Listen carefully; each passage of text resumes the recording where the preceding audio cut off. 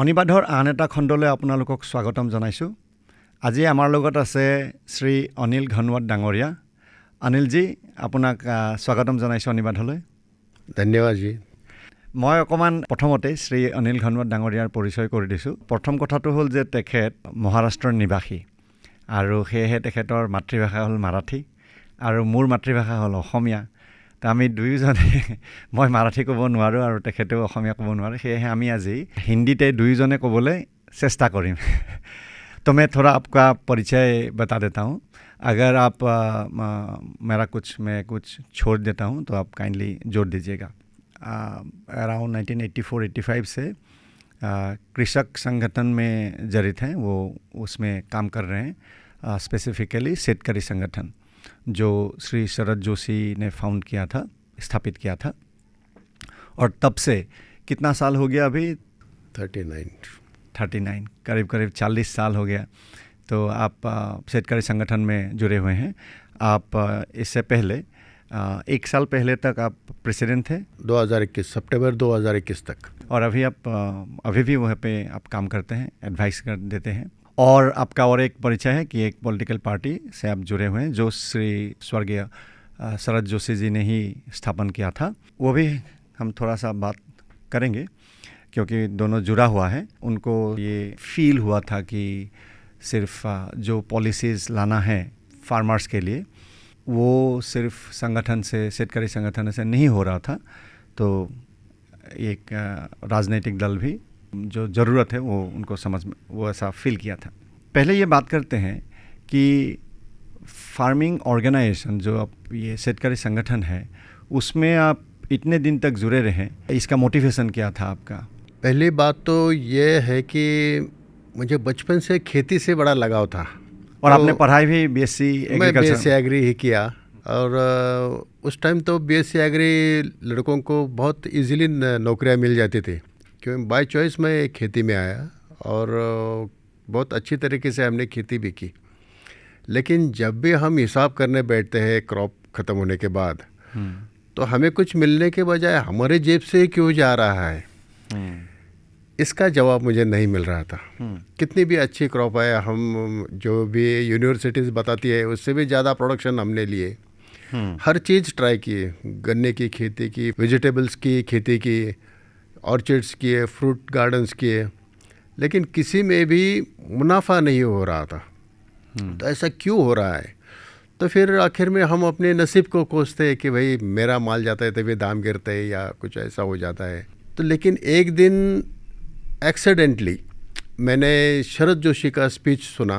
हमारे नज़दीक एक शुगर फैक्ट्री है, तो वहाँ पे उनका स्पीच चल रहा था। तो मैं एक पॉलिटिक्स में बिल्कुल नहीं था, तो मैं उस रोड से जा रहा था और मैंने शरद जोशी का स्पीच सुना और मैं वो सुनते रहा स्पीच उस प्रोग्राम में जाके। तब मुझे मेरे पूरे सवालों के जवाब मिल गए। और उसमें उन्होंने ये कहा कि आपके नसीब की वजह से आप गरीब नहीं है, ये सरकार की नीति है कि किसान गरीब रहे, किसान कर्जे में रहे। ये सरकार की नीति है, इसीलिए किसान गरीब है। नहीं तो आपको गरीब रहने की ज़रूरत क्या है? आप एक बीज बोते हैं तो उसको हज़ारों बीज आ जाते हैं। इतना बड़ा मल्टीप्लिकेशन जिस धंधे में है उसका मालिक गरीब क्यों है, कर्जे में क्यों है? तो जितना भी हम मल्टीप्लिकेशन करते हैं, सरप्लस उगाते हैं, वो सब सरकार लूट लेती है और उसका जो दाम हमें मिलना चाहिए वो मिलने नहीं देती है। इसीलिए किसान गरीब है, खुदकुशी कर रहा है, कर्जे में डूब रहा है। तो ये मेरे दिल को छू गया। अरे यही तो बात है, क्योंकि जब भी मैंने प्याज लगाई तो प्याज के दाम अगर बढ़ गए तो सरकार एक्सपोर्ट बैन लगा देती है, स्टॉक लिमिट लगा देती है, इंटरस्टेट ट्रेड बैन कर देती है, या बाहर से महंगे दाम में इंपोर्ट करके सस्ते में भारत में बेचती है। ये चीनी के बारे में भी हो रहा था, गेहूं के बारे में हो रहा था, ये चावल के बारे में आज भी हो रहा है। आज चावल का एक्सपोर्ट बैन है, आज गेहूं का एक्सपोर्ट बैन है, आज काफ़ी पल्सेस से एक्सपोर्ट बैन है। बड़े पैमाने इंपोर्ट हो रही है, मोज़ाम्बिक से अनलिमिटेड अरहर इंपोर्ट करने की नीति अभी सरकार ने ली है। चावल अभी हम पूरे दुनिया में सबसे ज़्यादा चावल एक्सपोर्ट करने वाले देश है आज। करीब करीब 140 देशों को हम चावल एक्सपोर्ट कर रहे हैं और अचानक एक दिन इन्होंने बैन कर दिया। तो इसकी वजह से होता क्या है, जो इंटरनेशनल मार्केट में हमारी क्रेडिबिलिटी है, विश्वासार्हता है, वो ख़त्म हो रही है। प्याज के बारे में ऐसा हो चुका है। हम उसके बारे में डिटेल्स में बात करेंगे। पहले ये पूछते हैं कि आप फसल उगाते हैं लेकिन उसका कीमत नहीं मिलता है, तो ये प्रॉब्लम आपके जीवन में आप 1980 से आज तक आप देख रहे हैं, और ये प्रॉब्लम हम जानते हैं अभी पढ़ के कि ये पहले भी था। तो सारा बात हम कहते हैं जय जवान जय किसान हो, या भारत एक कृषि प्रधान देश है और भारत के ज़्यादा आबादी अब कम हो रहा है, लेकिन फिर भी अभी भी मेजॉरिटी खेती बाड़ी ही करते हैं। लेकिन कोई भी कृषक का इनकम जो होना चाहिए वो नहीं है। तो अगर हम कहते हैं मास एफ्लुएंट क्लास का हाउस होल्ड इनकम 1 लाख रुपया है, तो ऐसा कृषक कोई होगा जिसका भारत में आपने ऐसा देखा है कि कृषक का 1 लाख रुपया इनकम है? बिल्कुल नहीं। फार्मिंग से बिल्कुल नहीं। कोई थोड़ा सा मतलब कुछ दूसरा काम कर रहा है और कभी कभार फार्मिंग कर लिया, वो दूसरी बात है, लेकिन जिसका प्रोफेशन कम्प्लीटली फुल्ली फार्मिंग है, जो फैमिली 100% फैमिली फार्मिंग पे डिपेंडेंट है, उसका इनकम हो ही नहीं सकता 1 लाख रुपया। वो 5,000 10,000 जो कैसे तो भी अपने they are making the both ends meet. हम खुद वो ज़िंदगी जिए हैं, बहुत तकलीफ में जीना पड़ता है। तो जब ये आप 82, 83, 84 आपने बीएससी एग्री कब किया? 1979 में पास आउट हुए। ओके, तो 1980 से आपने खेती बाड़ी शुरू किया और 85 तक आपका कोई इनकम नहीं हो रहा था? नहीं, बिल्कुल कर्जा हो गया। कर्जा हो गया? कहाँ, तो हमारे पिताजी ने कर्जा लिया था, वो एक पाइपलाइन किया था लिफ्ट इरिगेशन करके, 1.5 लाख रुपए का कर्जा लिया था। उस टाइम में 1.5 लाख? हाँ, उस टाइम में 1.5 लाख। वो बड़ा 1.5 किलोमीटर का पाइपलाइन था वो इरिगेशन के लिए। हाँ, इरिगेशन के लिए। उस समय पीवीसी नहीं था, तो सीमेंट के पाइप है 9 इंचेस। वो कर्जा था। हमने सोचा भाई हम तो अभी एग्रीकल्चर ग्रेजुएट हो गए, तो 2 साल में इसको फेंक देंगे। लेकिन वो तो बढ़ता गया, मतलब यानी उसको रिटर्न चुका देंगे। हाँ, बैंक को वापस कर देंगे। बैंक को वापस कर देंगे। लेकिन ऐसे होना, वो तो चुका तो नहीं सके, लेकिन वो बढ़ता गया और कितना भी माल निकालो पैसा ही नहीं हो रहा था। तो इसकी बाकी प्रोडक्शन कैसा हो रहा था? प्रोडक्शन ठीक ठाक हो रहा था। तो पानी आया था। क्या खेती करते थे आप लोग? हम उस समय वेजिटेबल्स काफ़ी करते थे। कौन सा वेजिटेबल्स? ये tomatoes, onions, brinjals, lady finger, sugar cane भी होता था। वीट हम करते, वीट, ज्वार, कितना जमीन था आपका? 40 एकर्स। 40 एकड़? ये कोई कम नहीं है। हाँ, काफ़ी अच्छी रहे। हाँ, क्योंकि हमारा अभी एवरेज होल्डिंग कितना है? 5 एकड़, 4-5 एकड़ का। 5 एकड़ के अंदर ही है। 5 एकड़ के अंदर है, तो वो एवरेज होल्डिंग है। और वो सारा स्कैटर्ड होल्डिंग है, मतलब कहीं 1 बीघा हो गया, कहीं 1 एकड़ हो गया, कोई आधा एकड़ हो गया। 5 एकड़ के नीचे ही है, लेकिन वो सारा एक जगह में नहीं है। हाँ। वो इधर उधर है।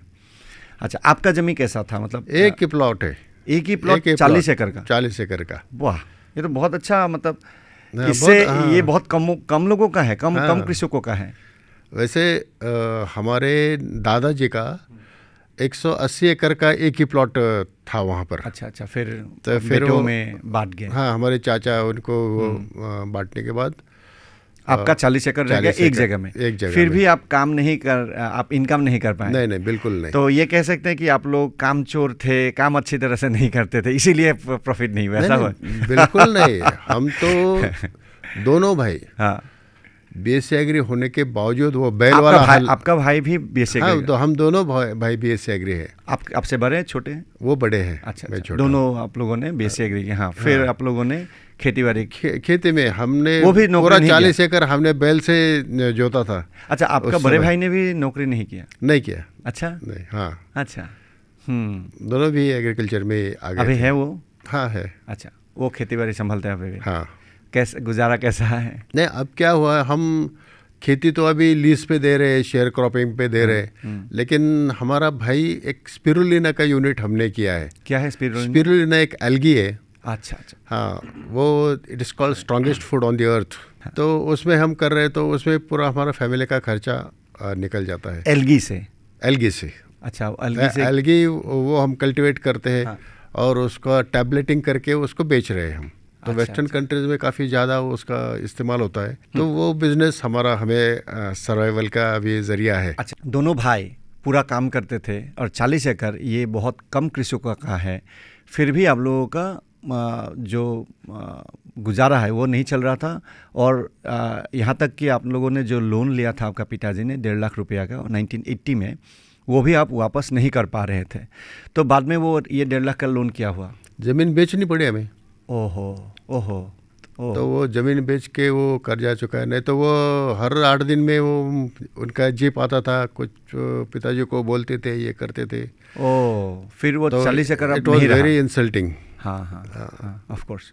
तो फिर हमने वो 6 एकड़ ज़मीन बेच के उसका वो कर्जा हमने नील कर दिया। तो कम होके 34 जैसा एकड़ रह गया। तो हम दो बात अभी करते हैं।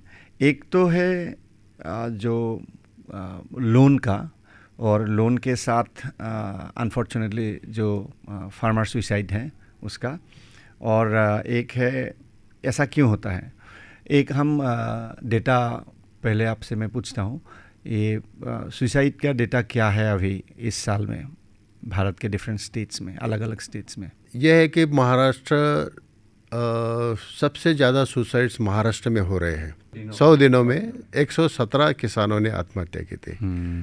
तो शरद जोशी जब थे तो उन्होंने कहा था कि 20 साल में 3 लाख किसानों ने आत्महत्या की थी। तो अभी वो 5 लाख से ज़्यादा हो गई है और स्पीड बढ़ रहा है, दुर्भाग्य से अभी ज़्यादा हो रहा है। ज़्यादा हो रहा है। ये डेटा सरकारी डेटा ही है। सरकारी डेटा, सरकारी हाँ, आंकड़े हैं। आंकड़े हैं। तो ये बात ये इसलिए हो रहा है कि कृषक जो लोन लेते हैं या उनका इनकम कम हो जाता है, ज़्यादातर लोन वापस नहीं कर पाते, तभी ऐसा करते हैं, एक्सट्रीम स्टेप उठाते हैं। एक तो नेचुरल कैलेमिटी आने के बाद भी काफ़ी लोग पर निराश होके आत्महत्या करते हैं। वो क्रॉप अच्छी आती है और जो फ्रूटिंग के टाइम होता है या फिर फसल काटने को आती है पूरा खर्चा होने के बाद, तब ओले गिरते हैं या अनसीजनल रेन्स होती है। ओले मतलब क्या है? ओले मीन्स हेल स्टॉर्म। हाँ, हेल स्टॉर्म। हाँ। तो पूरा क्रॉप बर्बाद हो जाता है। तो उसके पास कोई इनकम आने का जरिया नहीं होता, तो भाई फैमिली कैसे चलाए। बेटी की शादी होती है, बच्चे के फीस के लिए पैसे चाहिए होते हैं, और वो पूरा उसका उस फसल पे निर्भर होता है। वो फसल ही अगर बर्बाद हो जाती है तो फिर वो आगे सोच ही नहीं सकता क्या करे। अच्छा, ये जो क्रॉप इंश्योरेंस की बात है, एक्चुअली जो फील्ड में जब किसान क्रॉप इंश्योरेंस करना चाहते हैं तो काफ़ी मुसीबत मिलता है। ये जो सिस्टम है क्रॉप इंश्योरेंस देने का, वही गलत है। अच्छा। पहले तो ये था कि आपका जो ब्लॉक है, 10-12 गांव का एक ब्लॉक होता है, उस ब्लॉक में अगर सबका हो गया तो आपको मिलेगा। अभी बारिश ऐसा तो क्यों? ऐसे पॉलिसी था गवर्नमेंट का। अभी भी है? अभी वो हमने उसको झगड़ा कर करके एक गांव तक लाया है। एक अच्छा। पूरे गांव का अगर नुकसान होता है तो आपको मिलेगा। क्यों? एक गांव भी क्यों? इंडिविजुअल नहीं है, क्योंकि इंडिविजुअल देना बहुत तकलीफदायक होगा, ऐसा सरकार को लगता है। अच्छा। और इसका जो पेमेंट होता है, प्रीमियम भरते हैं, हाँ। वो 10% किसान देता है, 90% सरकार देता था। तो अभी महाराष्ट्र में तो 1 रुपया में ये दे रहे हैं क्रॉप इंश्योरेंस। लेकिन सारा गांव एक साथ करना पड़ेगा। हाँ, 1 रुपया कब? हर महीना? नहीं, 1 रुपये में एक ही बार, एक साल के लिए। एक साल के तो ये तो बहुत कम है, मेरे ख्याल से काफ़ी किसान करते होंगे। हाँ, फर्स्ट टाइम अभी कर रहे हैं इस साल। अच्छा, ये इस साल से हुआ है। हाँ, और इस साल ड्रॉट कंडीशन है। हाँ, अभी तो पता नहीं सरकार कैसे हैंडल करेगी। ये बहुत पैसा देना पड़ेगा अगर देना पड़ता है तो। अच्छा। दूसरी बात इसमें इंश्योरेंस में एक बताना चाहूँगा कि एक्चुअल जो डैमेज हुआ है उसका रिपोर्टिंग सही से नहीं होता है। कि जो कंपनियां, ये एक 7-8 कंपनियां हैं, इनको कुछ डिस्ट्रिक्ट्स दिए जाते हैं और उस डिस्ट्रिक्ट में बस उसी कंपनी ने इंश्योरेंस करना है, दूसरा नहीं कर सकता। अच्छा, ये क्लोज्ड मार्केट है। हाँ, तो कंपटीशन नहीं है। तो उसमें जो भी किसान रजिस्टर करते हैं इसके लिए प्रीमियम भरते हैं, तो उसका अगर एक्चुअल डैमेज हो भी जाता है, 80% डैमेज है, तो भी वो 30% ही लगाएंगे, तो उसको कुछ नहीं मिलेगा। तो ये जो तरीका है अच्छा वो गलत है। इसमें इंडिविजुअल इंश्योरेंस आना चाहिए, और इंडिविजुअल इंश्योरेंस तभी आएगा जब ये बिजनेस प्रॉफिट में आएगा। तो इंश्योरेंस कंपनी को मालूम होगा कि इसका नुकसान हो गया तो हमें पैसा देना पड़ेगा। और जैसे कि कार इंश्योरेंस होता है तो उसमें जो हम 30,000 40,000 इंश्योरेंस का प्रीमियम भरते हैं, ये एक चीज़ है हमारे पॉलिसी मेकर्स का कि प्रॉफिट गंदी बात है, तो प्रॉफिट नहीं करना है। तो आपने पहले जब आपने कहा था कि हमारा कोई मुनाफा नहीं हो रहा था, तो हर किसी का कोई तो फ्री में काम नहीं कर सकता, बिल्कुल कैसे करेगा? एक आदमी कोई पैसा नहीं मिलेगा वैसे ही काम करेगा। एक सरकारी नौकरी करने वाला आदमी फ्री में काम नहीं कर सकता, कोई भी नहीं कर सकता। एक बिजनेसमैन प्रॉफिट नहीं होगा तो खाएगा क्या? तो ये जो कहते हैं कि प्रॉफिट गलत बात है, प्रॉफिट एक गाली ही है, प्रॉफिट करते हैं लेकिन नहीं, ये तो बिल्कुल गलत है। हाँ, शुभ लाभ जो कहते हैं हमारे ट्रेडर्स, तो लाभ शुभ होना चाहिए, और शुभ लाभ नहीं होगा तो ये दुनिया नहीं चल सकता। ये बात हम इंश्योरेंस के सेक्टर में ये है, आपने जो कहा कि अगर फ्री मार्केट में जब इंश्योरेंस होगा तभी प्रॉपर ठीक ढंग से इंश्योरेंस कंपनियां आएंगे और पैसा कृषक को मिलेगा, किसानों को मिलेगा। अभी इसीलिए नहीं मिल रहा है। आपने जो कहा कि एक डिस्ट्रिक्ट दे दिया एक ही कंपनी को, तो अगर उसका 80% 80% का उसका खेती कम्प्लीटली पूरा का पूरा डैमेज हो गया, लेकिन कंपनियां वो कंपनी वो उतना देना नहीं चाहते, और उसके ऊपर कोई एक्शन भी वो नहीं ले सकता क्योंकि दूसरा कंपनी नहीं है, आपके पास चॉइस नहीं है। और चॉइस ये इसलिए नहीं है क्योंकि आपको सब्सिडी में 1 रुपया में मिल रहा है।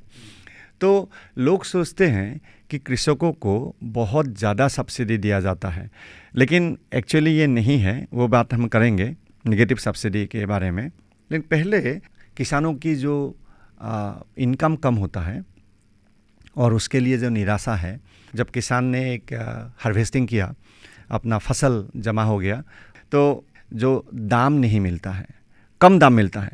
ये डिफरेंस भी है कि आपने पहले ही बताया था कि इनकम आपका नहीं हो रहा था, आप लोगों का हार्वेस्टिंग इतना हो रहा था जो यूनिवर्सिटी वाले कहते थे उससे भी ज़्यादा। मान लीजिए यूनिवर्सिटी वाले कहते हैं कि एक एकड़ का 10 टन होगा, 10 टन होगा, तो 12 टन निकल आपका 12 टन निकल रहा था, फिर भी आपको वो नहीं मिल रहा था, प्रॉफिट नहीं मिल रहा। भारत में कृषकों को अपना जो प्रोड्यूस है, अपना जो फसल है, उसका जो कीमत मिलना चाहिए था वो कभी भी नहीं मिला, आज भी नहीं मिल रहा है। हमारे देश में डेमोक्रेसी है, और डेमोक्रेसी में आपको लोगों को खुश रखना चाहिए, तो फिर आपको वोट देंगे, फिर से चुन के लाएंगे। हाँ। तो कृषक जो समाज है, मैं अभी किसान हूँ, मैं प्याज उगाता हूँ, तो अगर प्याज के दाम बढ़ गए तो प्याज का किसान तो खुश होगा, लेकिन बाकी जो 99% पॉपुलेशन है वो नाराज़ होती है कि वह प्याज इतना महंगा हो गया। ऑपोजिशन पार्टीज गले में माला डाल के रोड पे निकल आती है, तो सरकार की इमेज ख़राब होती है, रूलिंग पार्टी की इमेज ख़राब होती है, और वो ख़राब ना हो इसलिए वो कुछ ना कुछ तरीका ढूंढती है प्याज के दाम गिराने के लिए। तो वो पहले स्टॉक लिमिट लगा देती है, फिर इंटरस्टेट ट्रेड भी बैन कर सकती है, या एक्सपोर्ट बैन कर सकती है, या बाहर से इंपोर्ट करती है। तो ये सिर्फ प्याज के बारे में नहीं होता, हर एक जो एग्रीकल्चर कमोडिटी है उसके बारे में ये हो रहा है। आज टमाटर का देख लो, आज टमाटर नेपाल से इंपोर्ट करके हम यहाँ पे बेचने की कोशिश कर रहे हैं। तो अगर इंपोर्ट हो रहा है तो इसमें समस्या क्या है? इंपोर्ट हो रहा है तो हमारी कुछ दिक्कत नहीं, हम तो ये चाहते हैं कि एक्सपोर्ट भी खुला रहे, हाँ, इंपोर्ट भी खुला रहे। दिक्कत ये है कि इंपोर्ट करने की छूट है लेकिन एक्सपोर्ट बंद है। हाँ, आप लोगों को एक्सपोर्ट करने नहीं देते हैं, किसानों को एक्सपोर्ट आप लोगों को अलाउड नहीं है, लेकिन इंपोर्ट कर सकते हैं। अलाउड नहीं है ऐसा भी नहीं है, इनकी मर्जी है तब एक्सपोर्ट अलाउड है, और जब नहीं ये नहीं चाहते तब बैन हो जाता है। तो कोई कंसिस्टेंट पॉलिसी होनी चाहिए। भाई दूसरा देश हमसे अगर व्यापार करना चाहता है तो वो आपका भरोसा होना चाहिए ना। आपके घर में काम करने झाड़ू लगाने वाले भाई भी अगर 8 दिन में 3 दिन गायब हो जाती है, काम पे नहीं आती है, तो हम बदल देते हैं। डिपेंडेबिलिटी ये किसी भी चीज़ में, किसी भी क्षेत्र में ये बहुत इंपॉर्टेंट है। बहुत important बिजनेस हो या घर के हो या रिलेशनशिप हो, पर्सनल हो या सामाजिक हो, सब में डिपेंडेबिलिटी बहुत ज़रूरत है। लेकिन गवर्नमेंट के पॉलिसी में डिपेंडेबिलिटी नहीं है। नहीं, तो आपको बता दो इसके बारे में। आप राइस के एग्जाम्पल दे रहे थे। हाँ, राइस से पहले भी मैं प्याज का बताऊंगा। 2020 में ऐसा ही सडनली भारत ने एक्सपोर्ट बैन किया, तो बांग्लादेश के बॉर्डर पे हज़ारों ट्रक प्याज भर के खड़े थे, भारत साइड में। हाँ, भारत के साइड में बॉर्डर पे, लेकिन उनको जाने नहीं दिया भारत गवर्नमेंट ने। वहाँ की प्राइम मिनिस्टर वो विनती कर रही थी मोदी जी से, भाई ये तो आने दो, हम फिर दूसरा कुछ इंतज़ाम करेंगे, लेकिन नहीं भेजा गया। और जो पोर्ट पे गए थे, जो सऊदी में जा रहा था, गल्फ में जा रहा था प्याज, वो भी वहाँ चढ़ गया, उसको भी जाने नहीं दिया, बर्बाद हो गया। और इसके बाद अमेरिका और जापान ने कंप्लेन किया WTO में कि भारत ऐसा सडन एक्सपोर्ट बैन कर देता है तो हमारा जो डोमेस्टिक सप्लाई होता है वो डिस्टर्ब हो जाता है, तो ऐसा नहीं करना चाहिए। आपको करने की ज़रूरत भी पड़ी तो 1-2 महीना पहले बोल दो, आपके पास तो पूरा डेटा होता है कितना प्रोडक्शन आने वाला है, क्या होने वाला है, तो इन देशों को आप खबर कर दो कि भाई 2 महीने के बाद हम एक्सपोर्ट बैन कर सकते हैं, तो आप अपनी पूरी तैयारी करके रखो। तो इसने क्या किया अभी बांग्लादेश ने, वो सबसे बड़ा इम्पोर्टर था अपना। अच्छा, जितनी भी प्याज अपनी एक्सपोर्ट होती है उसमें से 26% बांग्लादेश खरीदता था। तो बांग्लादेश ने अब प्याज से बजाय हमारे पास से प्याज के बीज ले लिए, वो उनके किसानों को इंसेंटिव दे रहे हैं कि आप प्याज लगाओ। तो ये हमारा जो खरीदार देश था वो अभी बंद हो गया, क्योंकि हम अनरिलायबल पार्टनर हैं। Unreliable partner. तो इससे एक देश का बदनाम तो बदनाम, किसानों का नुकसान ये कि उनको जो दाम मिलना चाहिए वो नहीं मिलता है।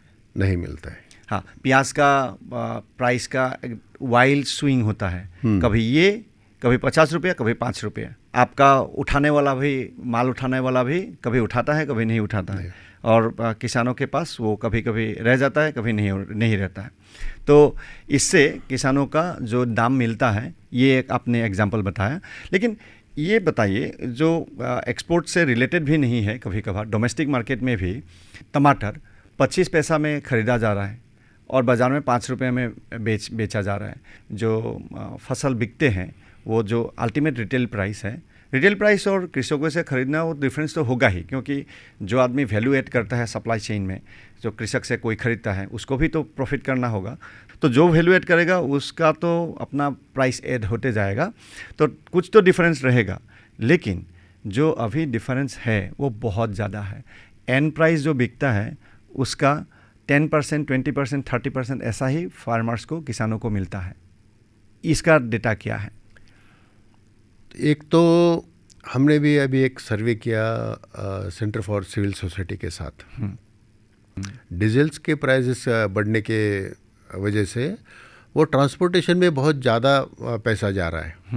और महाराष्ट्र से अगर प्याज या टमाटर दिल्ली भेजना हो या गुवाहाटी आना है तो 25-30 हज़ार रुपया तो टोल देना पड़ रहा है ट्रक को। और हर एक जो आदमी उसको हैंडल कर रहा है, जो लोकल परचेसर है, वो 100-200 कलेक्ट करके होलसेलर को दे रहा है। होलसेलर उसमें फिर बॉक्सेस वगैरह लगा के ट्रक का ट्रांसपोर्टेशन वो जोड़ के दिल्ली भेज रहा है। तो यहाँ का होलसेलर फिर रिटेलर को दे रहा है। तो ये 4-5 स्टेप्स तो इसमें आ ही जाते हैं, विच आर अनअवॉइडेबल। एक आदमी जो किसानों से खरीदेगा वो, हाँ, दूसरा जो ट्रांसपोर्टर, हाँ, और तीसरा हर सिटी में जो स्टॉकिस्ट होगा, हाँ, और चौथा जो रिटेल सेलर होगा। और अल्टीमेट जो रिटेलर है वो दिन में 2 क्विंटल समझो प्याज या टमाटर बेचता है, तो उसमें उसका परिवार चलाने के लिए मुनाफा उसको निकालना पड़ता है। तो सबसे ज़्यादा वैल्यू एडिशन वहाँ हो जाती है, क्योंकि इसका व्यापार का साइज छोटा होता है। तो उसमें वो कम से कम उसका घर चलाने के लिए दिन का 500 रुपये निकलेगा, इतना तो कोशिश करेगा। कि एक तो है सप्लाई चेन, ये जो इनएविटेबल 4-5 प्लेयर्स हैं उनको छोड़ के उससे ज़्यादा ना हो। इससे थोड़ा सा इसमें मैं एक ऐड कर दूं कि महाराष्ट्र में fruits and vegetables, fruit flowers and vegetables decontrol कर दिए। अभी वो एपीएमसी में जाके ही बेचना ज़रूरी नहीं है।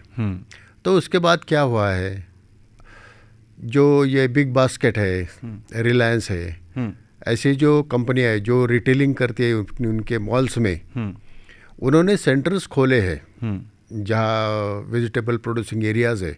अच्छा, वहाँ पे गांव में उन्होंने सेंटर्स खोले हैं और वो 2-3 दिन का एक रेट डिक्लेयर कर देते हैं। समझो मिर्ची है तो अगले 3 दिन हम इस रेट से लेके, तो किसान को पता होता है कि मेरे प्रोड्यूस किस रेट में बिकने वाली है। जब हम मंडी में लेके जाते हैं, आज भी जा रहे हैं, वो कुछ व्यवस्था बंद नहीं हुई है, चालू है, तो वहाँ हम घर से वहाँ पे लेके जाते हैं और फिर नीलामी हो जाती है। तो नीलाम होने के बाद पता चलता है कि मेरी मिर्ची इस दाम में गई, मेरे प्याज इस दाम में गया। ये एपीएमसी में हाँ। और दूसरी बात यह है कि बम्बई में जो वाशी का बहुत बड़ा मार्केट है, वहाँ तो नीलामी भी नहीं होती। रुमाल के नीचे हाथ उंगलियां दबा के वो उसका दाम तय किया जाता है। किसान सामने खड़ा है, लेकिन उसको पता नहीं चलता कि मेरा ये जो माल है वो किसको दिया और किस दाम में दिया।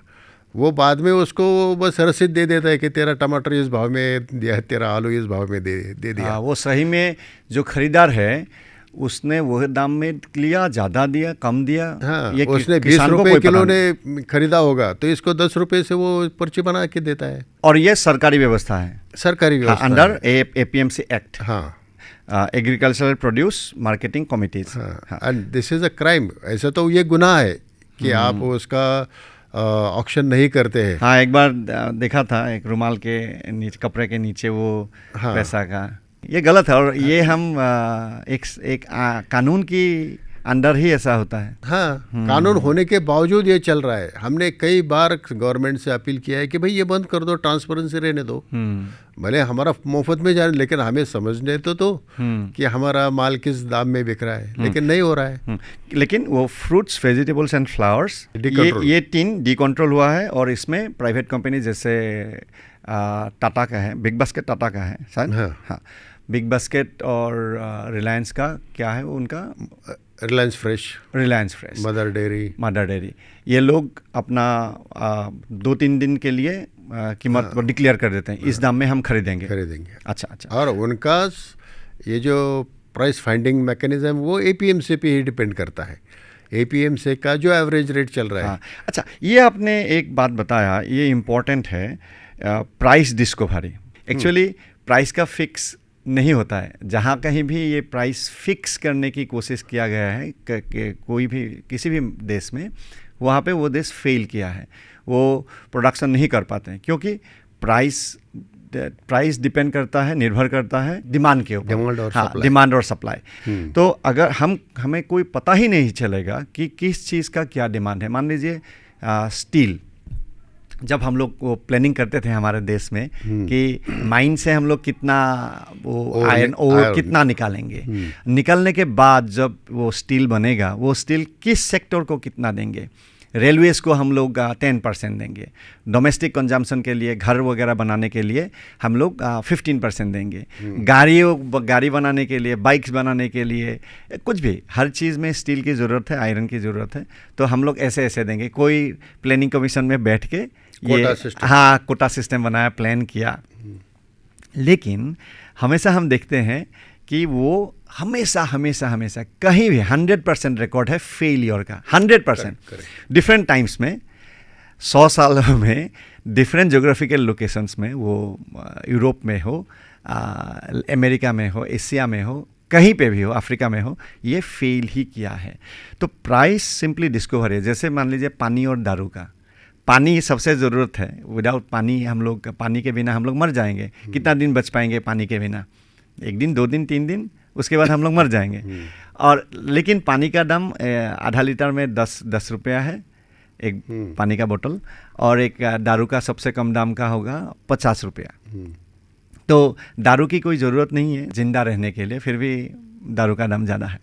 तो ये बात है, आपने जो कहा प्राइस डिस्कवरी कैसे होगा, तो जब हम मार्केट में छोड़ेंगे तब हमें पता चलेगा। अब हम गणेशगुरी में कीवी फ्रूट बेचता है, कहाँ से आता है कीवी फ्रूट, कस्टमर को हमें मालूम नहीं है, क्यूरोसिटी होता है तो पूछे ये कहाँ से है, ये न्यूजीलैंड से है, कहाँ से, ये अरुणाचल प्रदेश से आया।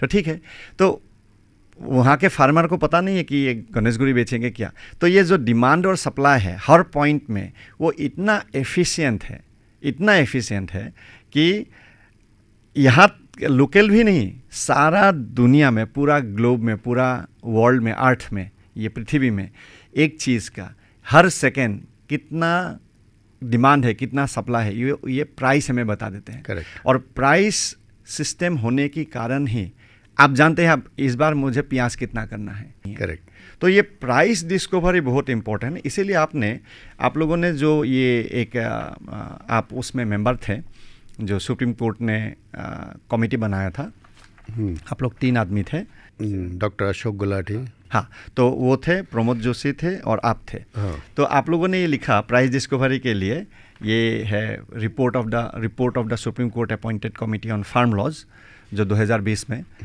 फार्म लॉज लाए थे। तो उसके ऊपर वो तो हटा दिए गए, रिपील हो गया वो। लॉज तो रिपील हो हाँ, गए, रिपील हो गए। और हमारे रिपोर्ट पे भी कोई अमल नहीं किया सरकार ने या सुप्रीम कोर्ट ने। हाँ, तो ये आप लोगों ने आपने रिलीज़ किया था। हाँ, मैंने खुद रिलीज़ किया था। हाँ, ये लास्ट ईयर शायद ना, 22 में। तो आप लोगों ने इसमें बताया कि स्पॉट मार्केट और फ्यूचर्स मार्केट से आप लोग प्राइस डिस्कवरी कर सकते हैं। तो जैसे कि प्याज का ही फिर एग्जांपल अगर ले लें हम लोग, तो प्याज बहुत स्विंग होता है प्राइस का। एक बार ज़्यादा दाम हो गया, सारे लोगों ने कर दिया, फिर सप्लाई ज़्यादा हो गया, फिर फॉल हो गया, नेक्स्ट टाइम कृषक कहते हैं कि इस बार नहीं करेंगे प्याज, फिर प्राइस का दाम बढ़ जाता है। और क्योंकि हमारे यहाँ फ्यूचर्स बंद कर दिए, काफ़ी कमोडिटीज़ निकाल दिए उसमें। हाँ, से M6 में। हाँ, तो वो NCDX, तो नेशनल कमोडिटीज़ मार्केट शायद, हाँ, डेरिवेटिव्स मार्केट। तो उसमें अब सरकार करने नहीं देते, तो फ्यूचर में क्या दाम हो सकता है उसके बेसिस में हम लोग खेती करेंगे कि नहीं करेंगे। तो ये आप लोगों को पता नहीं होता है। अगर आप लोगों को पता होता है कृषक को कि अगले 3 महीने में प्याज का दाम बहुत ज़्यादा होने वाला है, तो आप प्याज का खेती करेंगे और प्याज का प्रोडक्शन करेंगे। ये जो पेरिशेबल्स है वो उसमें ट्रेड नहीं होते NCDX में। अच्छा, वो सिर्फ सीरियल्स, पल्सेस, शुगर, ये सब होता है। हल्दी, अच्छा, ये नहीं होता है। तो ये ऑनियन, टमाटर, ये नहीं होता है। अच्छा, और उसके तो उसका प्राइस डिस्कवरी कैसे होगा? जो प्रेडिक्शन होता है। हाँ। लेकिन इसका जो प्लांटेशन है तो 6 महीना लगता है वो क्रॉप आने में। हाँ। इसकी जो प्राइस डिस्कवरी होती है तो डेली किस मार्केट में कितना माल आ रहा है। तो मेरे मोबाइल पे अभी जो APMC के कुछ ऐप्स है, उस मार्केट की डिमांड समझो 100 ट्रक है और 200 ट्रक आ गए तो समझो दाम गिरने वाला है। अच्छा, और 50 ट्रक आ गए तो समझो ये हाइक करने वाला है। अच्छा।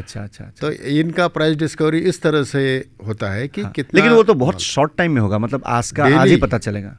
हाँ, डेली, यानी एक ट्रेंड सेट होता है। पिछले 8 दिन में गिर रहा है, ये सप्लाई गिर रहा है। हाँ। तो प्रेडिक्शन हो जाता है कि अगले कुछ दिनों में दाम बढ़ेंगे।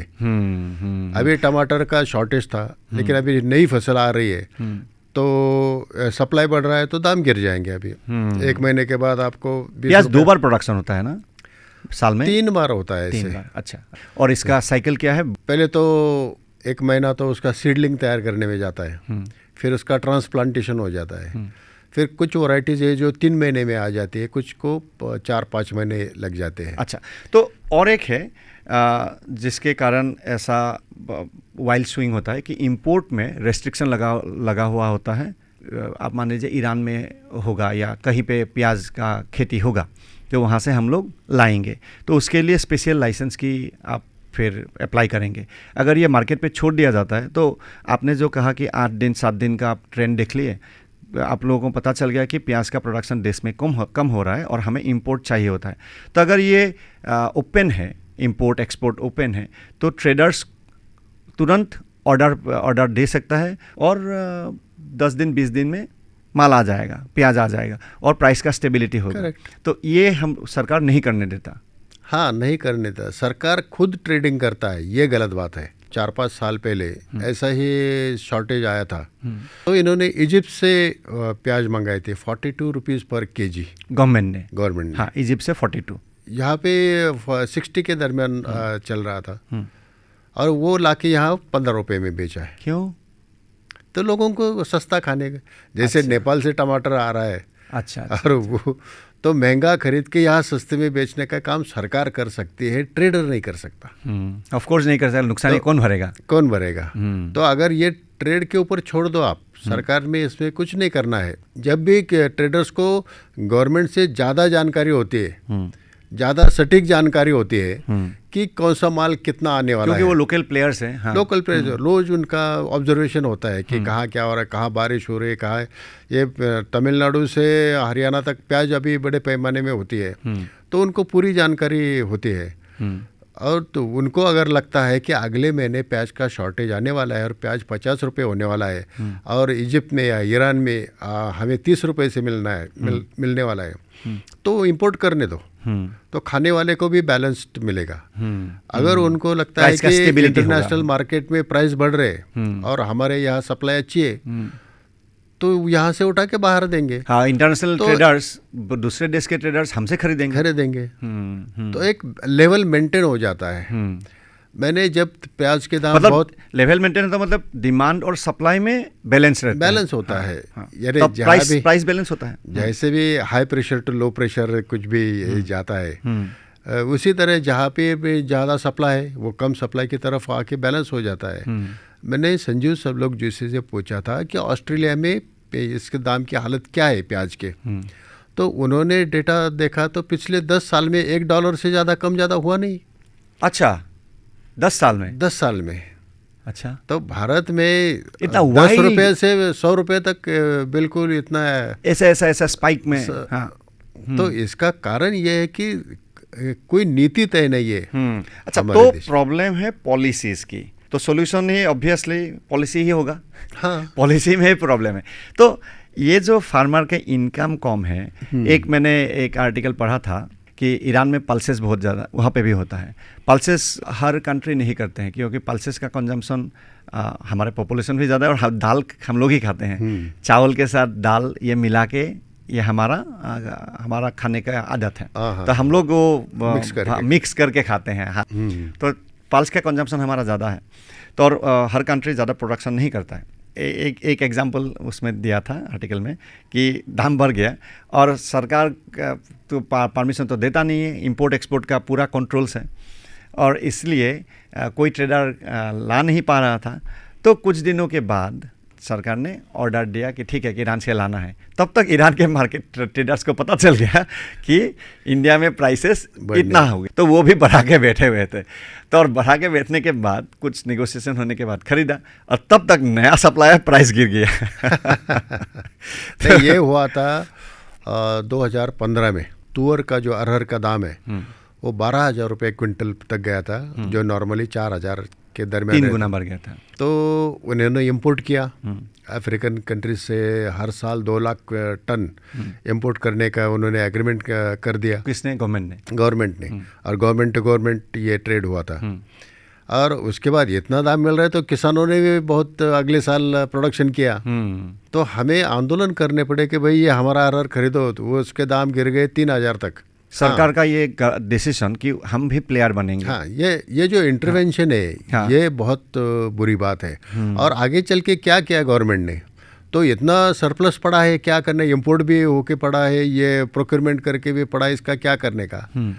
तो उन्होंने 1 किलो अरहर पे और 75 रुपया खर्चा करके उसकी दाल बनाई, और वो दाल 35 रुपए किलो से बाजार में बेच रहे हैं। ये लेकिन फार्मर का बेनिफिट नहीं है, कंज्यूमर के लिए। हाँ। पूरे देश की सभी पॉलिसीज एग्रीकल्चर रिलेटेड है, कंज्यूमर बेस्ड ही है, किसानों के लिए कुछ नहीं किया जाता। तो ये जब कहते हैं कि हम किसानों का देश है और किसानों के लिए हम काम करेंगे, तो इस पॉइंट में आते हैं। तो ये आप लोगों ने काफ़ी डेटा निकाले हैं, तो आप लोगों ने देखा है कि किसानों को जितना सब्सिडी देते हैं उससे ज़्यादा छीन लिया जाता है। एक्चुअली निगेटिव सब्सिडी है।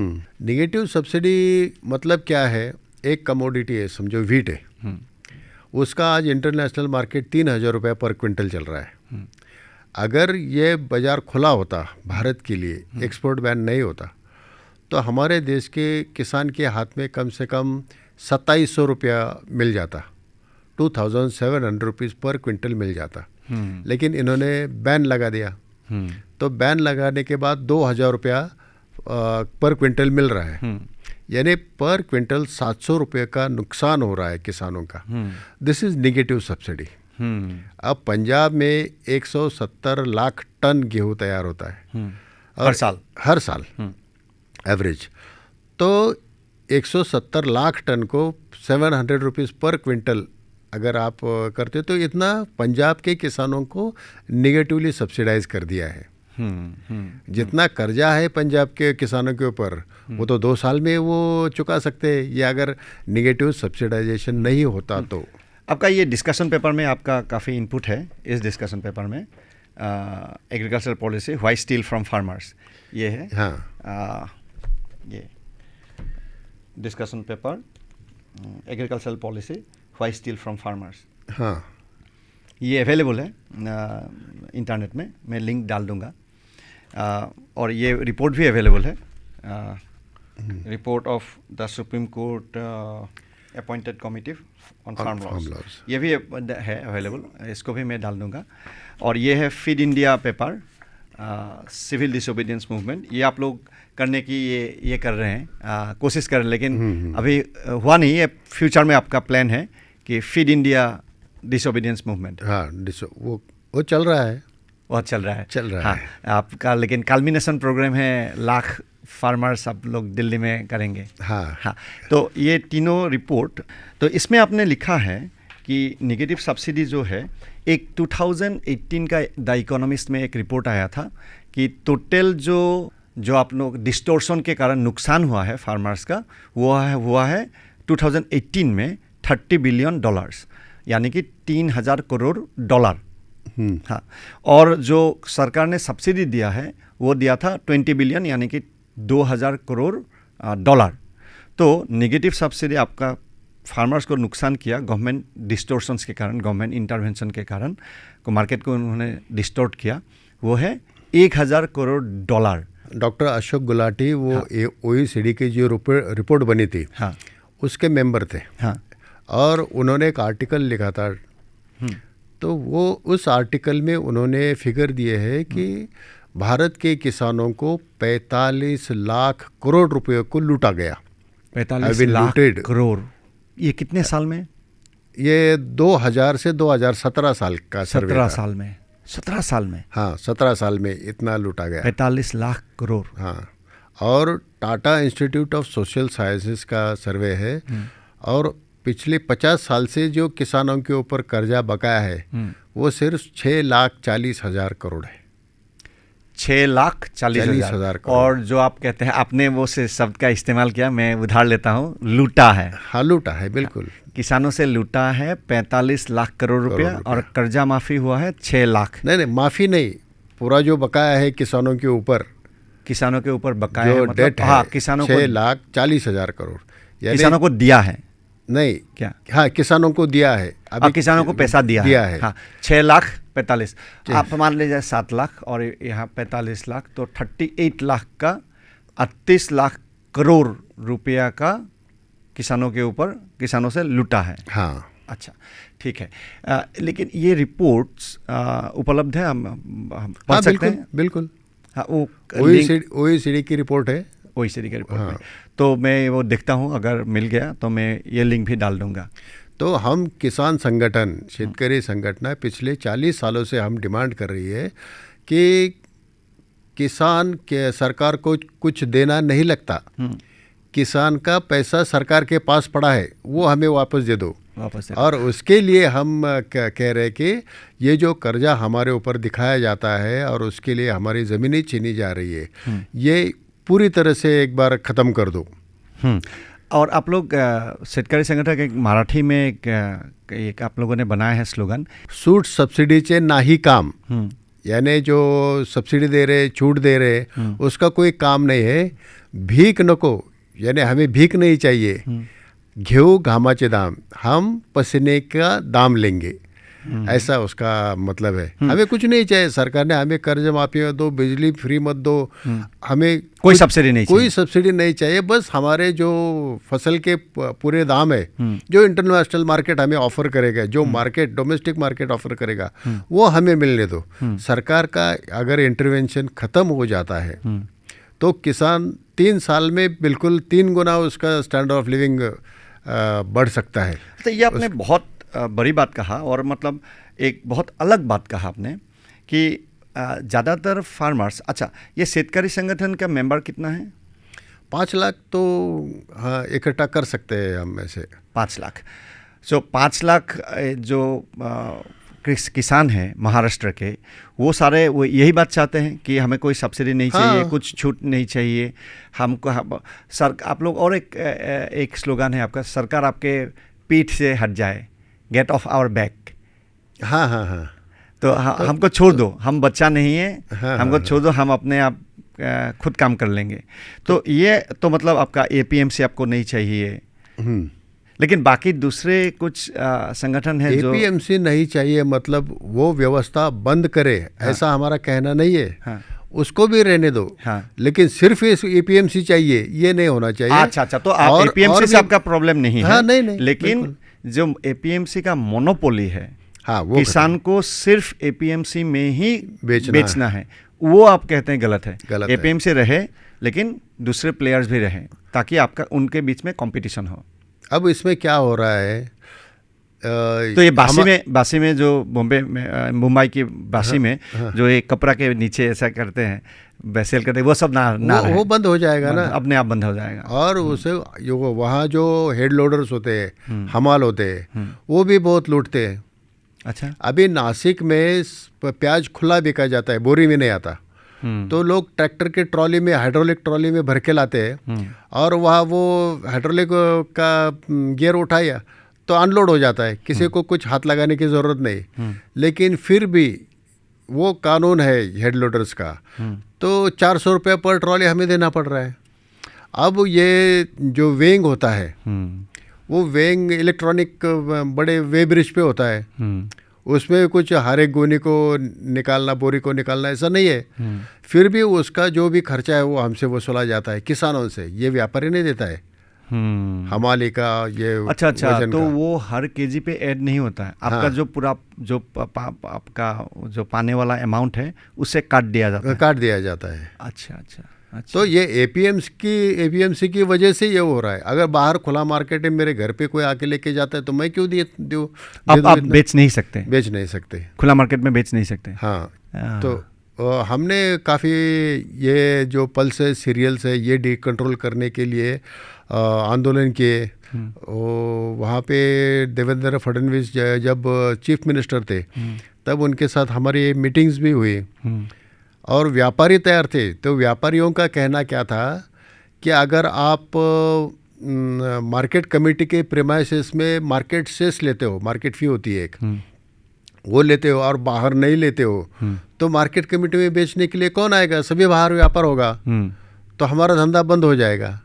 अगर आप अंदर भी सेस नहीं और बाहर भी सेस नहीं, ऐसे अगर कर देते या दोनों तरफ सेस हो, ऐसा कर देते तो फिर हमें कुछ तकलीफ नहीं है इसे डिकंट्रोल करने से। अच्छा, तो हमने जो रिपोर्ट बनाई, एक बात मैं हाईलाइट करना चाहता हूँ। आपने कहा कि व्यापारी ने कहा कि अगर सेस हो तो प्रेमाइसेस यूज़ करने के लिए, सेस हो तो दोनों तरफ हो, ना हो तो दोनों तरफ ना हो। तो ये लेवल प्लेइंग फील्ड जो है ये बहुत इंपॉर्टेंट है। Yes, very important. एक के लिए पेनाल्टी होगा, दूसरे के लिए पेनाल्टी नहीं होगा। सेम काम के लिए ये तो नहीं होगा। हाँ, अभी जो कानून बने थे, 3 कानून बने थे, उसमें से भी ये गलती थी। तो हमने जो रिकमेंडेशंस दी थी उसमें, उस रिपोर्ट में, तो उसमें हमने ये कहा था कि दोनों तरफ से मार्केट से हटा दो। अब जो इंफ्रास्ट्रक्चर मार्केट कमेटी ने डेवलप किया है उसका फ़ायदा जो व्यापारी ले रहे हैं, जो प्रेमाइसेस में ऑपरेट किराए देंगे उसके लिए, हाँ किराए ले लो, उनसे सर्विस चार्जेस ले लो या रेंट ले लो। अच्छा, ये फिर डिस्कशन किया हुआ आप लोगों का जो उस टाइम के मुख्यमंत्री थे उनके साथ? तो उनके व्यापारियों ने तो मान लिया था ये करेंगे, लेकिन वहाँ जो हमाल यूनियन थे, हेड लोडर्स का जो एसोसिएशन था, उनके नेता ने कहा कि भाई ये सब ऐसा हो गया तो सब बाहरी व्यापार होगा, तो हमारे लोग कहाँ जाएंगे, 3,000 यहाँ पे ये हेड लोडर्स है, इनका क्या होगा। ऐसा तो कुछ होने वाला नहीं था। आज ये डिकंट्रोल हो गया है, फल सब्जी वगैरह डिकंट्रोल हो गया है, फिर भी जा रहा है माल, 80% माल आज भी एपीएमसी में ही जा रहा है, क्योंकि पूरा इंफ्रास्ट्रक्चर वहाँ पे है, तो व्यापारी वहाँ पे बैठेगा। सिर्फ जो लूट हो रही है वो बंद होगी। और ये जो कानून है हमाल मापड़ी का, वो सिर्फ महाराष्ट्र में है, और वहाँ उनको ये लूट करने का लाइसेंस दे दिया है। और जिनके पास लाइसेंस है वो खुद काम नहीं करते। उन्हें यहाँ से जो बाहर से उत्तर प्रदेश बिहार से जो बच्चे आते हैं उनको काम पे लगा दिया रोजंदारी पे, और ये बैठ के पैसा कमा रहे हैं। तो एक बड़ा इशू है, इसके लिए एक सेपरेट आंदोलन करना पड़ेगा। उसकी तैयारियां चल रही है अभी महाराष्ट्र में। ये इतना कॉम्प्लेक्स बना के रख दिया ना, और कॉम्प्लेक्स बनाने के हालत ये है, नतीजा ये है कि किसान गरीब है। और ऐसा है असम में भी, जो गांव में रहने वाले हैं उनको अगर एक पियोन की भी नौकरी मिल जाए तब भी वो कर लेंगे, सरकारी पियोन।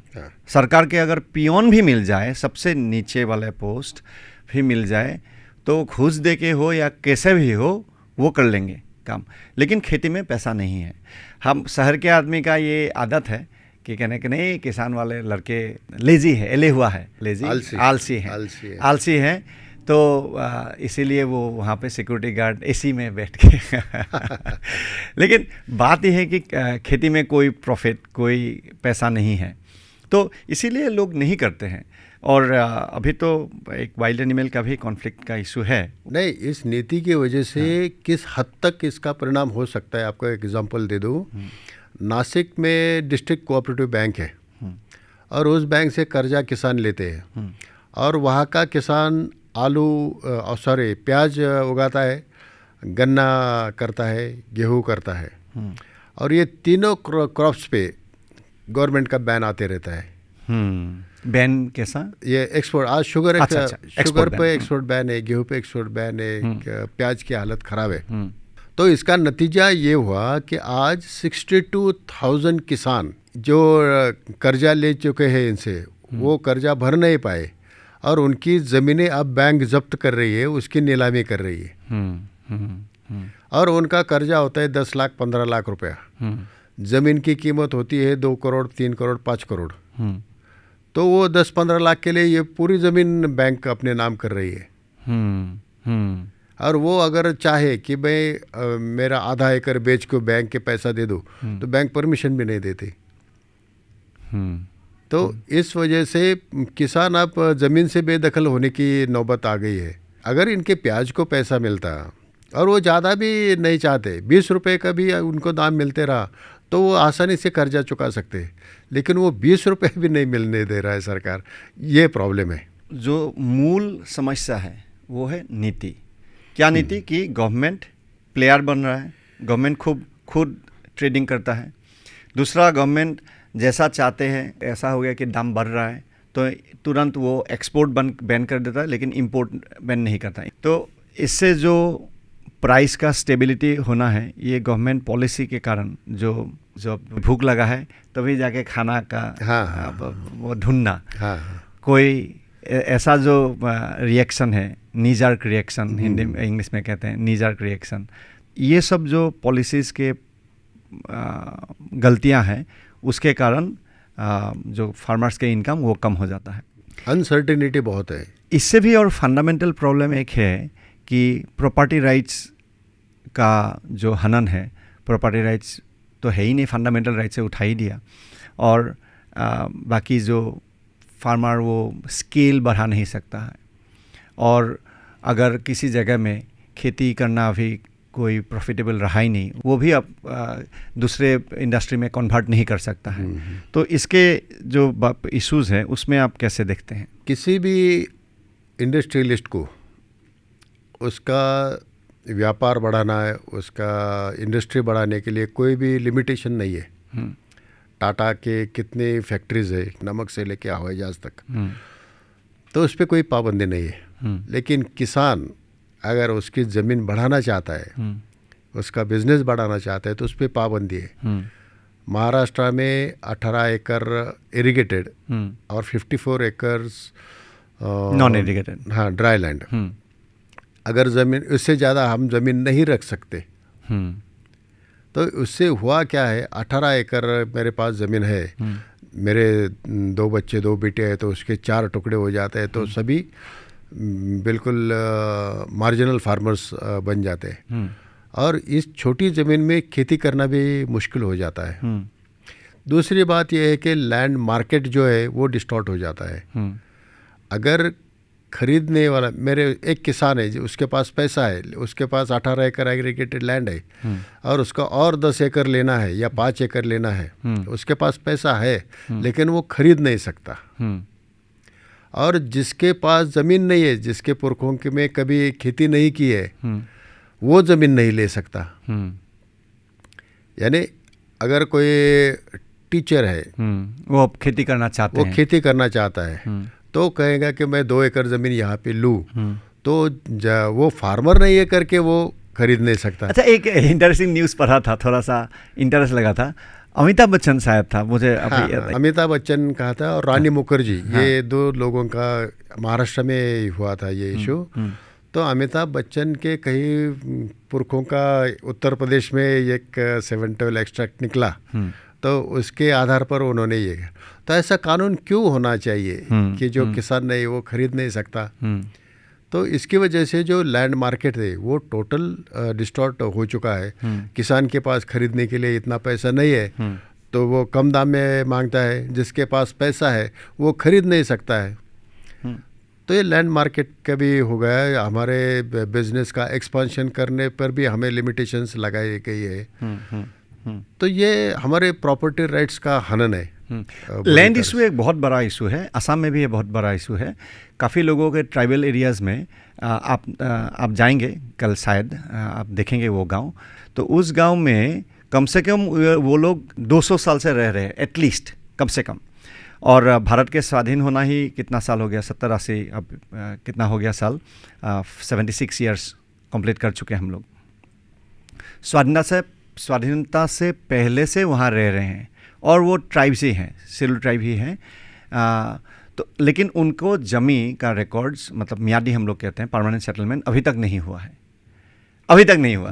उनका वो ऑफिस में जाते जाते, लैंड ऑफिस में जाते जाते उसका चप्पल, कई चप्पल टूट गया, हाँ, घिस गया, लेकिन वो ज़मीन नहीं हुआ अब तक। तो नहीं होने के कारण वो लोग काफ़ी काम नहीं कर सकते। लैंड अगर टाइटल डीड आपके पास नहीं है तो वो हमेशा डर रहता है, और इन्वेस्टमेंट कैसे करेंगे, अगर इन्वेस्ट किया बाद में वो नहीं मिला। तो इस हिसाब से वो सिर्फ एक एग्जाम्पल है, ऐसे हज़ारों जगह है। चाय के बगीचा के पास इलाका है, तो वहाँ पे 3-4 पीढ़ी से लोग बैठे हुए हैं, लेकिन उसका लैंड राइट्स नहीं है। तो लैंड राइट्स ये रह करना बहुत इंपॉर्टेंट है। और जो टाइटल डीड सिस्टम, वो चेंज करके हम टॉरेंट सिस्टम भी कर सकते हैं, जो ज़्यादा अच्छी तरह से हम ओनरशिप प्रूफ कर सकते हैं। लेकिन वो हम लोग नहीं करते। ये तो सिर्फ नीतियाँ हैं। ये फॉरेस्ट का जो कानून है, इसमें बहुत सारे बदलाव करने की ज़रूरत है। ते बहुत ही सख्त है और अन्याय करने वाले हैं। महाराष्ट्र में नासिक का एक इलाका है, वो पेट, सुरगाना वगैरह आदिवासी लोग रहते हैं, और उन्होंने भी कई पीढ़ियों से वहाँ खेती कर रहे, और तो उनका भी आंदोलन चल रहा है कि भाई ये हमारी ज़मीन हमारे नाम कर दो। तो 75 ईयर्स का वो मांग रहे प्रूफ। अब आदिवासी लोगों के पास कहाँ कागज़ और कहाँ प्रूफ है क्या इसका, तो वो नहीं दे सकते, और आंदोलन चल रहा है। लेकिन अगर पिछले गवर्नमेंट ने उनको कुछ दिए भी पट्टे, लेकिन जिसके पास 5 एकड़ ज़मीन है आज, उसको 5 गुंठा 7 गुंठा का उन्होंने सर्टिफिकेट दिया है।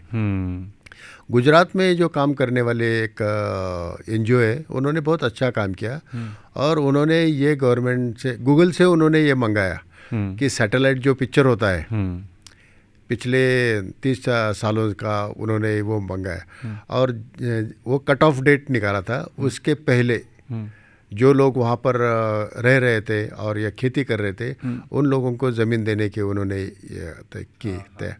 तो हमारे पास अभी टेक्नोलॉजी है, उसके हिसाब से तय करो ना कौन कब से यहाँ पे रह रहा है। जो रिसेंट आए उनको समझो निकाल दो आप, लेकिन जो 50 साल हो गए 70 साल हो गए इंडिपेंडेंस से पहले से वहाँ पे काम कर रहे हैं, खेती कर रहे हैं, उनको तो दे दो, उसमें क्या हर्ज है। और एक रास्ते का जो आपने बताया कि वो उससे रास्ता नहीं जाने देते, तो हमारे तालुका श्रीगोंदा तालुका में इरिगेशन कैनाल हुआ है और बीच में फॉरेस्ट का एरिया आ गया थोड़ा, तो वहाँ से वो कैनाल लाना था, छोटा सब कैनाल माइनर का लाना था, तो फॉरेस्ट है बीच में करके वो नहीं हो रहा था। तो उसके लिए भी हमने काफ़ी सालों से आंदोलन किए, कोर्ट भी चल रहा है वो। तो हमने ये तय किया कि वो पाइपलाइन से लाएंगे, भाई आपके जानवर उसमें गिर के मर सकते हैं, ऐसा अगर आपको लगता है तो एनक्लोज्ड तरीके से लाएंगे, उसको भी परमिशन नहीं मिल रहा है। तो एक 400-500 हेक्टेयर ज़मीन जो इरिगेटेड हो सकता था, वो ये फॉरेस्ट के कानूनों की वजह से नहीं हो रहा है।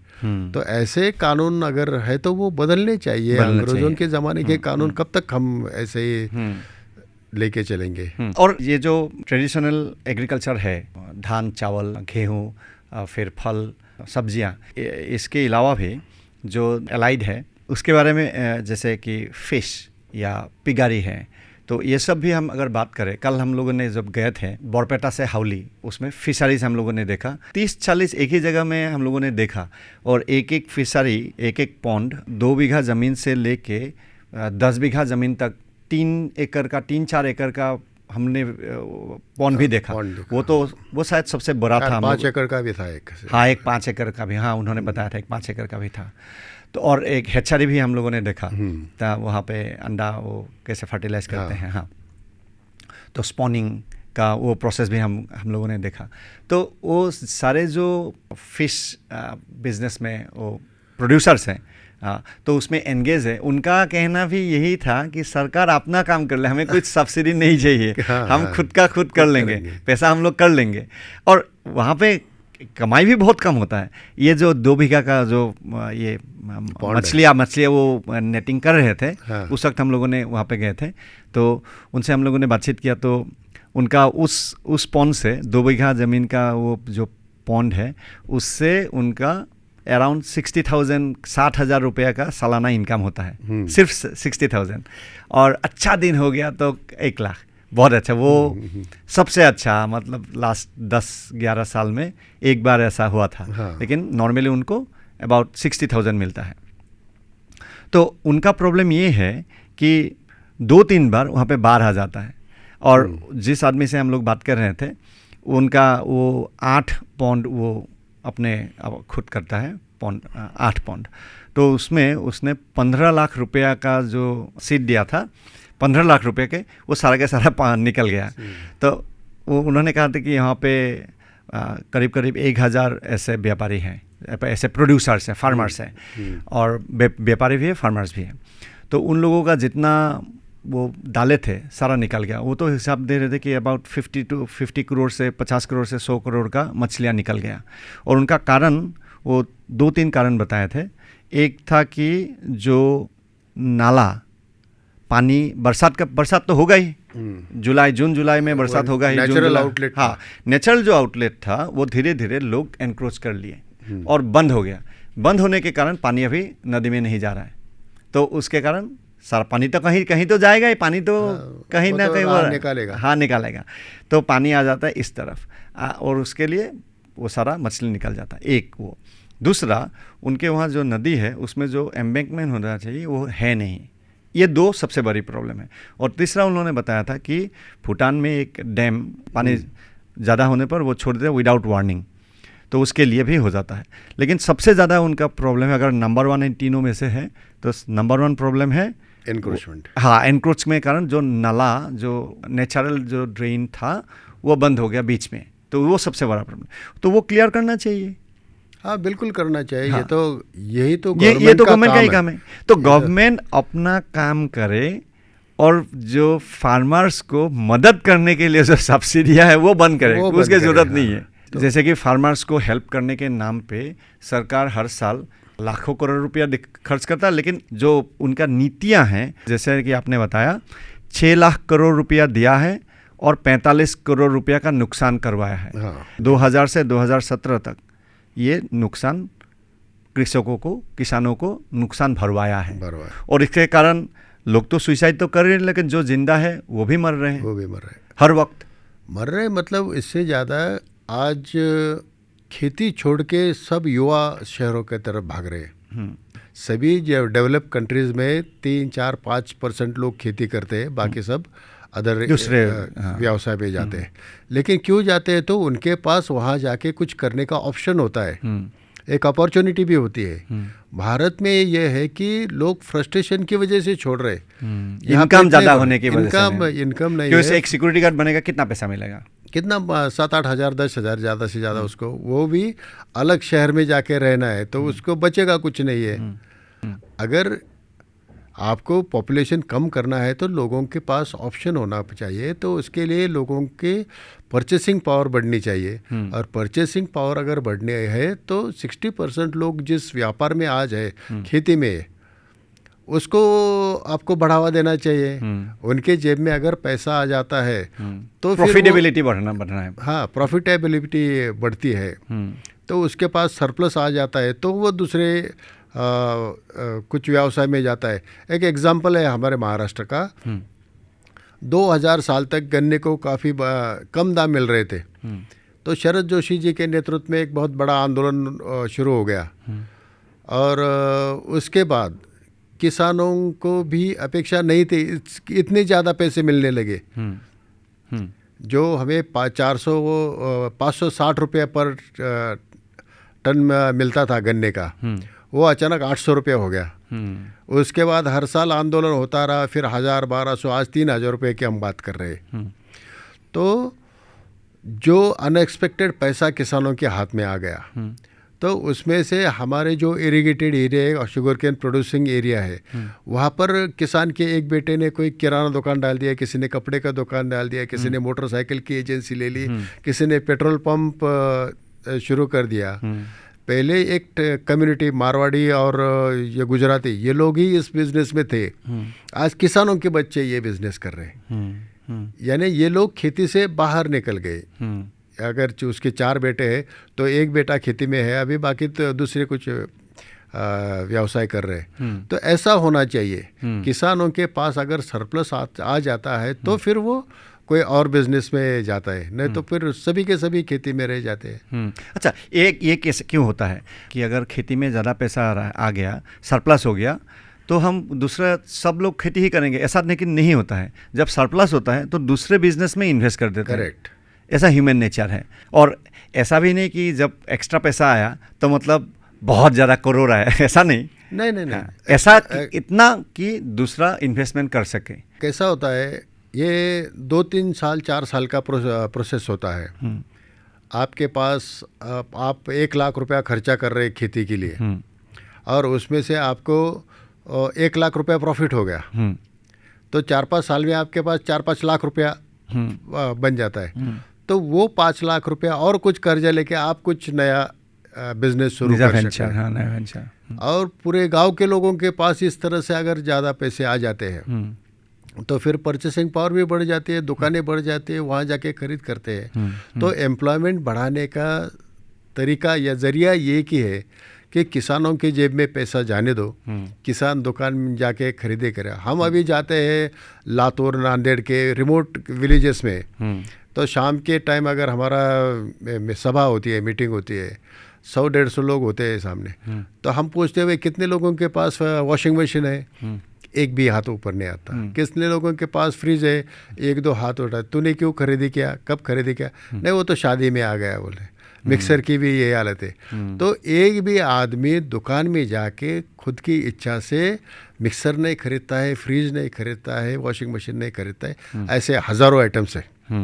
तो अगर इनके पास ये खरीदने का पैसा आ जाता है तो आज जितनी डिमांड है वॉशिंग मशीन की, फ्रीज की, मिक्सर्स की, वो 10 गुना बढ़ जाएगी। पूरा इकोनॉमी बढ़ता है। तो वो कंप्लाई करने के लिए उतनी फैक्ट्रीज लगेगी, फैक्ट्रीज लगेगी तो लेबर लगेगा, कर्मचारी लगेंगे, वो सब सेटअप के लिए कंप्यूटर लगेंगे, उसको चलाने के लोग, तो नौकरियाँ मिल सकती है। हाँ, तो डिमांड अगर बढ़ेगा, मान लीजिए वॉशिंग मशीन का आप एग्जांपल दिया है आपने, वॉशिंग मशीन का अगर डिमांड बढ़ता है तो कोई तो प्रोडक्शन के लिए आदमी जरूरत होगा ना। हाँ। उसको पैकिंग के लिए कार्डबोर्ड के बॉक्सेस लगेंगे, थर्माकोल लगेगा, उसकी भी फैक्ट्रीज लगेगी, वहाँ भी लेबर लगेगा, उसका ट्रांसपोर्टेशन लगेगा, इतना ट्रांसपोर्टेशन बढ़ेगा तो ट्रक्स लगेंगे, उनकी फैक्ट्रीज लगेंगी, तो ये ज्योमेट्रिकली ऐसा बढ़ जाता है। एक दर्शकों के लिए मैं बता दूं, एक बहुत अच्छा किताब है, मेरे ख्याल से कितना पेज होगा, 20 पेज हार्डली, मतलब 1 घंटा लगेगा पढ़ने के लिए। आई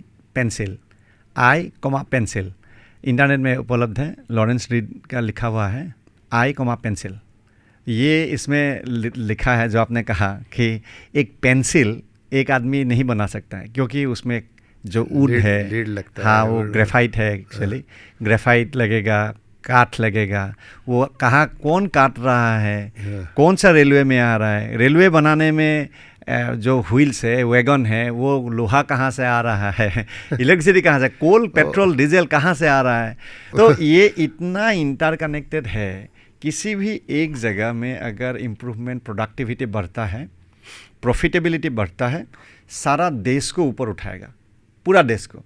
और क्योंकि एग्रीकल्चर में अभी भी 60% आदमी लगे हुए हैं, कुछ हिडन है, मतलब डिस्गाइज्ड है, लेकिन ये जो 60% आदमी लगे हुए हैं उस सेक्टर में बढ़ावा होता है, प्रोडक्टिविटी बढ़ता है, प्रॉफिटेबिलिटी बढ़ता है, उनका इनकम बढ़ता है। लेकिन 60% लोग जिस सेक्टर में है उसका अगर 1% भी बढ़ता है तो तुरंत देश का 1% जैसा बढ़ना हो जाता है। ग्रोथ का स्पीड बहुत ज़्यादा होता है। तो इस सेक्टर में ये बहुत आश्चर्य की बात है, बहुत दुख की बात है, सिर्फ कुछ नीतियाँ स्टम्बलिंग ब्लॉक है, मतलब हमें रोका हुआ है, कोई लोगों की काम करने की क्षमता नहीं, कोई इच्छा नहीं, कोई कॉन्स्पिरेसी नहीं, कुछ भी नहीं। क्या है? ये नीतियाँ हमें बंद करना। और सबसे अच्छी बात हम जो प्रपोज करते हैं उसकी ये है कि ये सब करने के लिए सरकार को बिल्कुल खर्चा नहीं है। हाँ, कुछ खर्च करने के लिए ज़रूरत नहीं। उन्होंने बस डिक्लेयर करना है कि भाई हम अभी कुछ रेगुलेट नहीं करेंगे एग्रीकल्चर को। एग्रीकल्चर से शुरुआत करते हैं तो बस रेगुलेट नहीं करेंगे, आप अपना ना पैसा खर्च होता है, ना समय खर्च होता है, ना कुछ भी नहीं। कुछ भी नहीं। गवर्नमेंट मशीनरी पूरी हटा दो इसमें से। कुछ जरूरत नहीं है। जैसे कि एपीएमसी का मोनोपोली है, एक्सपोर्ट इंपोर्ट का जो ये पागलपन है, तो ये सब अगर बंद कर दे। और एक मैं हाईलाइट करना चाहता हूँ कि मान लीजिए आपका टमाटर है, बहुत ज़्यादा है, ख़राब हो रहा है, बेच नहीं पा रहे हैं, आप उसका वो सॉस वगैरह बनाने के लिए एक फैक्ट्री बैठाना चाहते हैं, छोटा सा, वो आप बैठाने के लिए भी कि ये आपको अलग से जो ज़मीन है जहाँ बैठाएंगे उसका लैंड यूज़ को फिर आपको बदलना पड़ेगा। हाँ बिल्कुल। अभी मेरी ज़मीन है, उसमें से हमने अभी कुछ रेसिडेंशियल के लिए नॉन एग्रीकल्चर किया है। मेरी ज़मीन है, किसी को मुझे घर बनाने के लिए देना है तो गवर्नमेंट का परमिशन लेना पड़ता है और वो लैंड नॉन एग्रीकल्चर डिक्लेयर करना पड़ता है। कोई गवर्नमेंट डिक्लेयर करेगा। हाँ, गवर्नमेंट जैसे कहेगा उसी तरह से हमने वो प्लान बनाए। और फिर उसके बाद हर जो भी डिपार्टमेंट है, टेलीफोन डिपार्टमेंट का एनओसी चाहिए, इलेक्ट्रिसिटी डिपार्टमेंट का चाहिए, हाईवे का चाहिए, रिवर बेड लेवल से ऊपर है वो उसका सर्टिफिकेट चाहिए। ऐसे बहुत सारे ना, हर एक डिपार्टमेंट पैसा लिए बगैर ये देता नहीं है, घूस देना पड़ता है। ये टाउन प्लानिंग का फिर आखिर में जाता है। ये सब करने के बाद टाउन प्लानिंग के तो वो फिर सर्टिफाई करेंगे, वो पैसा लेता है। और आखिर में मजिस्ट्रेट का जो सिग्नेचर होता है तो वो भी फिर लाखों में डिमांड करता है। तो इसमें 3-4 साल निकल जाते हैं, लाखों रुपया भी खर्चा हो जाता है। ज़रूरत क्या है इसकी? मेरी इसके बेनिफिट के लिए ये सब। मेरे घर में आटे की चक्की लगानी है। मेरा 91 से पहले आपको लाइसेंस लेना पड़ता है। हाँ, अब तो एटलीस्ट वो आटे की चक्की के लिए लाइसेंस नहीं लेना पड़ता है, लेकिन लैंड का तो लैंड यूज़ का है। हाँ। मेरे यहाँ पे अगर ऑडिटोरियम बनाए मंगल कार्यालय शादी वादी करने के लिए, तो उसके लिए भी ये नहीं करना। कुछ भी करो आप, एग्रीकल्चर छोड़ नॉन एग्रीकल्चरल करना पड़ता है, नॉन एग्रीकल्चर जमीन करना पड़ता है, वो परमिशन निकालना पड़ता है, परमिशन निकालना पड़ता है। इससे भी प्रॉपर्टी राइट्स का हनन होता है। हाँ बिल्कुल। तो ये तो अब पागलपन के सिवाय आप कुछ नाम नहीं दे सकते हैं ये तो लूटने की व्यवस्था है और किसानों को गरीब रखने की व्यवस्था है। गरीब लेकिन रखने ये सारे नीतियाँ इस नाम पे टिका हुआ है, बनाए हैं कि किसान का भला होगा। हाँ, किसान के भले के लिए, विकास के लिए। किसान बच्चा है, किसान का दिमाग में कुछ नहीं है, वो बुद्धू हैं सारे, नहीं तो किसान को लूट लेंगे। वो जो व्यापारियां हैं वो बहुत क्रूकेड हैं, हाँ। वो बेचारे किसानों को सब लूट लेंगे। इसलिए उनको बच्चा लोगों को प्रोटेक्शन के लिए, प्रोटेक्ट करने के लिए हम इतना सब हमारा पसीना बहा रहे हैं। आप तो किसान का लीडर हैं तो आपको कैसा काम करने में लगता है? सारे किसान बुद्धू हैं, ज़्यादातर किसान। मैं तो ये कहूँगा कि किसान के जितना कुशल आदमी कोई नहीं है। किसान जो काम कर सकता है कोई IAS अधिकारी भी नहीं कर सकेगा। इतना उसमें दिमाग, काम करने का ताकत है, दिमाग है। आपको सोइंग करना है तो ये कितना छोड़ना है दाना, वो तो फेंकने का जो तरीका है, फेंकने का होता है। ड्रिल मशीन पे ये जो करते हैं वो सीड ड्रिल जो होता है उसमें एक ये होता है, वो स्किल है, तो वो सबके पास नहीं होता। तो किसान बुद्धू है, ये तो बिल्कुल गलत है। और किसान व्यापार में भी बहुत ही अच्छा है। अगर आप जब उसको पता चलता है कि इसका शॉर्टेज है, हम थोड़ा सा रुक के बेचेंगे, कि इसका सरप्लस है, चलो जल्दी बेच दो। अगर गवर्नमेंट इंटरवेंशन नहीं होगा तो किसान के इतना अमीर आदमी कोई नहीं होगा। किसान सबसे अमीर बन जाएंगे, अमीर बन सकता है, क्योंकि इसमें मल्टीप्लिकेशन इतना है। हम इतना गन्ने का टुकड़ा बो देते हैं, उसको 10-12 ये आ जाते हैं। हाँ। और वो टनों में जा रहा है अभी शुगर फैक्ट्रीज में। तो इतना पैसा अगर उसके पास हर साल आता रहा तो कोई किसी बात की कमी नहीं है। अमीर मतलब हम लोग हजारों करोड़ की बात नहीं कर रहे हैं। नहीं, आज एक प्रोफेसर जितना कमाता है, हाँ, प्रोफेसर को तो हम अमीर कहेंगे। बहुत कमाते हैं। हाँ, हाँ। तो एक प्रोफेसर का इतना इनकम तो एक फैमिली का, वो तो इंडिविजुअल का इनकम है। हाँ। एक किसान के फैमिली को तो होना ही चाहिए। प्रोफेसर वो 2 लाख कमाने के लिए क्या खर्च कर रहा है? उसका समय दे रहा है सिर्फ, बाकी कुछ नहीं दे रहा। किसान तो उसके लिए बीज ला रहा है, खाद ला रहा है, इलेक्ट्रिसिटी का बिल भर रहा है, पानी का बिल भर रहा है। तो आप ये कह रहे हैं कि अगर गवर्नमेंट का इंटरवेंशन नहीं रहा तो किसान इजीली आराम से 2 लाख रुपया हर महीना इनकम कर सकता है। बिल्कुल। जो अच्छे सोचते हैं, किसान का भला सोचते हैं, उनका डर है कि किसान, ये जो गवर्नमेंट का इंटरवेंशन है, ये अगर उठा दिया जाए, ये जो नीतियां हैं ये उठा दिया जाए एग्रीकल्चर से नॉन एग्रीकल्चरल बना देने से, तो किसान के हाथ से वो व्यापारियाँ छीन नहीं पाएंगे। कैसे छीन पाएंगे? ज़मीन के साथ सबसे ज़्यादा अटैचमेंट होता है किसानों का। वो किसी को नहीं, सगे भाई को नहीं घुसने देते तो और दूसरे को। और अगर वो बेचते हैं तो इसलिए बेच रहे हैं क्योंकि आज खेती से कोई इनकम नहीं हो रहा है। हाँ। ये नीतियाँ अगर नहीं रहा, ये सब डिस्टर्शंस अगर हट जाए और किसान तब हरगिज़ कोई किसी को नहीं बेचेगा। अगर बेच रहा है तो वो फार्मिंग से हटना चाहता है, कुछ दूसरा काम करना चाहता है, अपने मन से सोच समझ के करेगा। तो ये नीतियाँ ही प्रॉब्लम है। करेक्ट। और दूसरा कोई प्रॉब्लम नहीं है किसानों का। हाँ, और एक बात कहनी है कि ये जो डर के जो कानून लाए थे गवर्नमेंट ने, उसमें से कॉन्ट्रैक्ट फार्मिंग के बारे में एक कानून था। तो कॉन्ट्रैक्ट फार्मिंग में क्या 2-3 प्रकार के होते हैं। एक तो आप ज़मीन लीज पे देते हैं, किसी दूसरे फार्मर को देते हैं या किसी कंपनी को देते हैं, या दूसरा प्रकार ये है कि शेयर क्रॉपिंग, कि जो भी क्रॉप आएगा उसमें से आधा तुम ले लो, आधा। तीसरा ये होता है कि आप ये सीड ले लो, इसमें से ये क्रॉप कर दो, उसमें से जो भी आएगा मैं इस दाम पे आपके साथ कॉन्ट्रैक्ट करता हूँ। अगर ये सिस्टम आता है तो आज जो गैम्बलिंग का स्वरूप आ गया खेती को, पैसा जा भी सकता है, आ भी सकता है, ज़्यादा तो जाता है।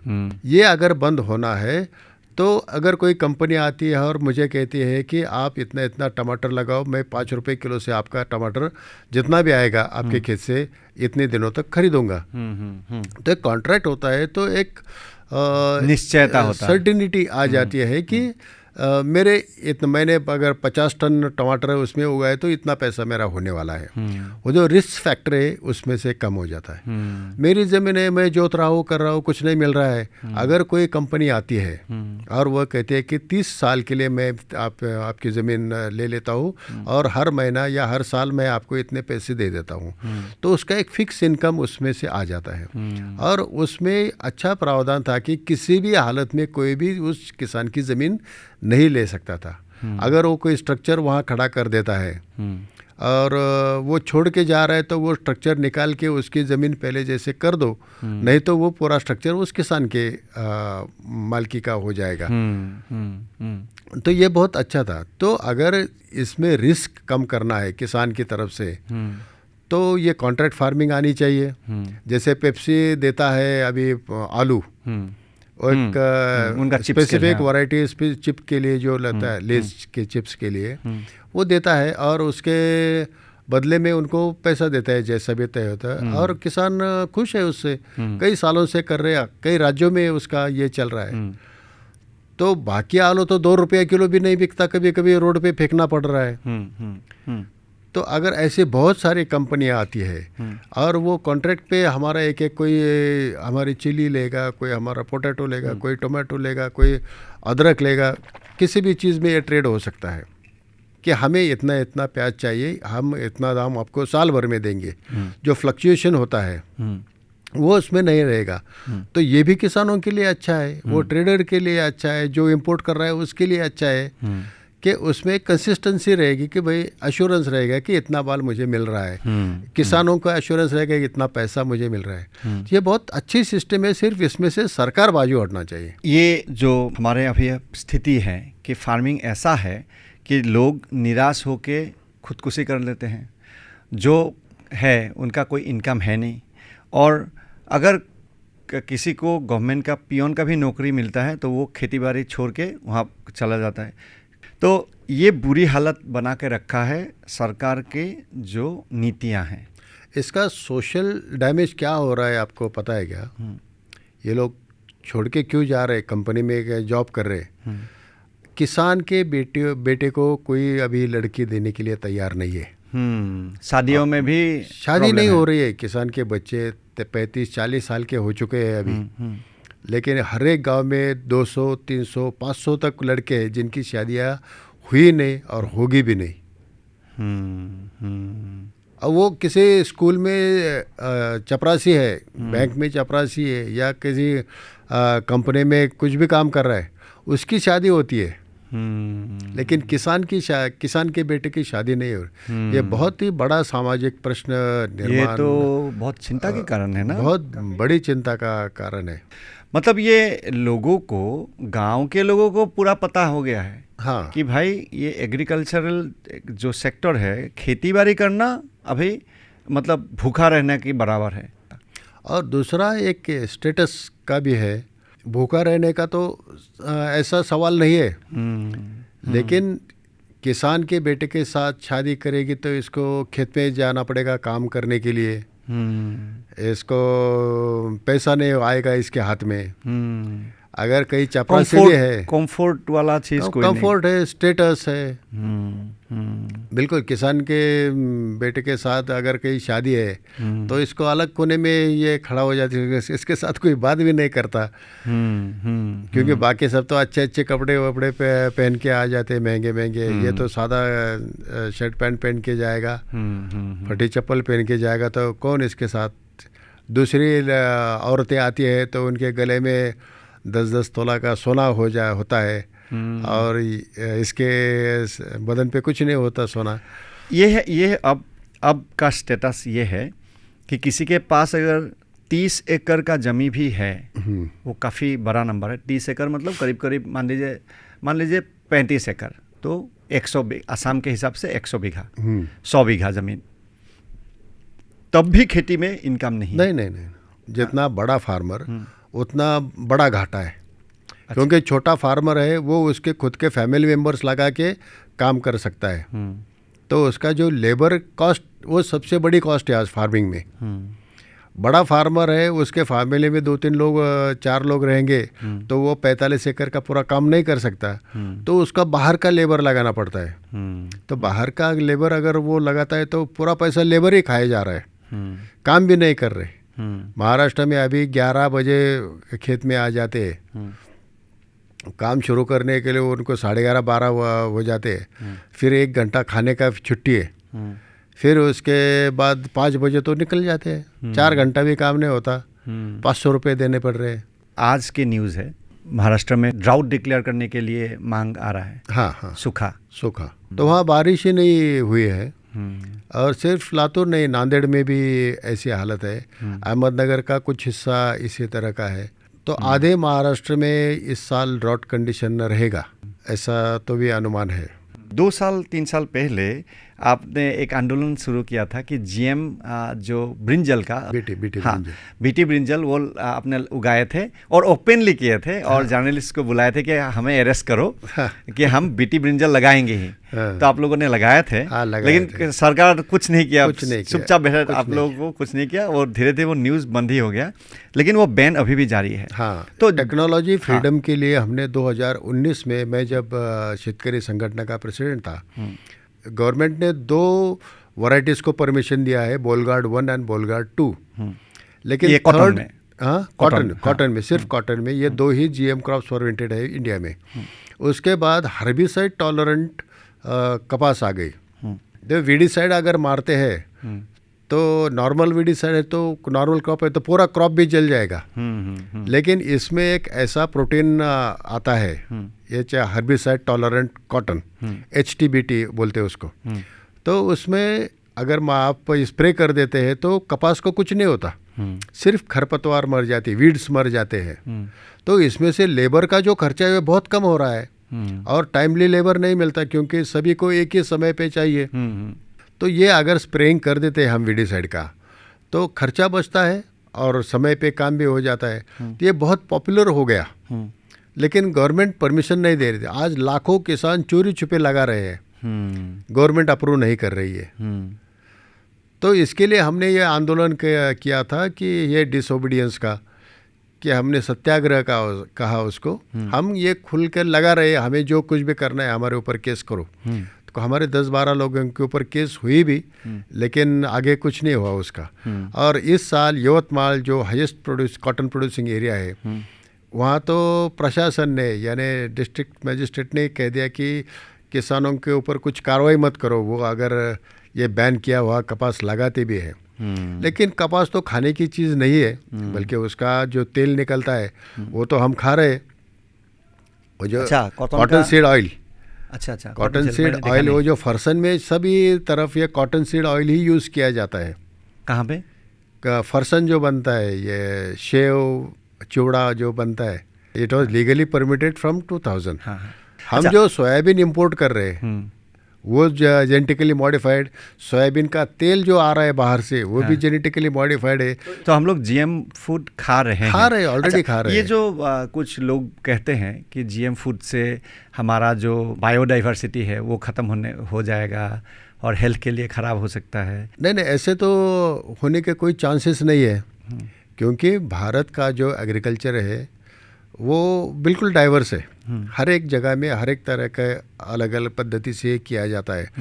इन लोगों का ये डर है, ऐसा दिखाया जाता है कि मोनोक्रॉपिंग हो जाएगा, जैसे अमेरिका में होता है, वेस्टर्न कंट्रीज़ में होता है।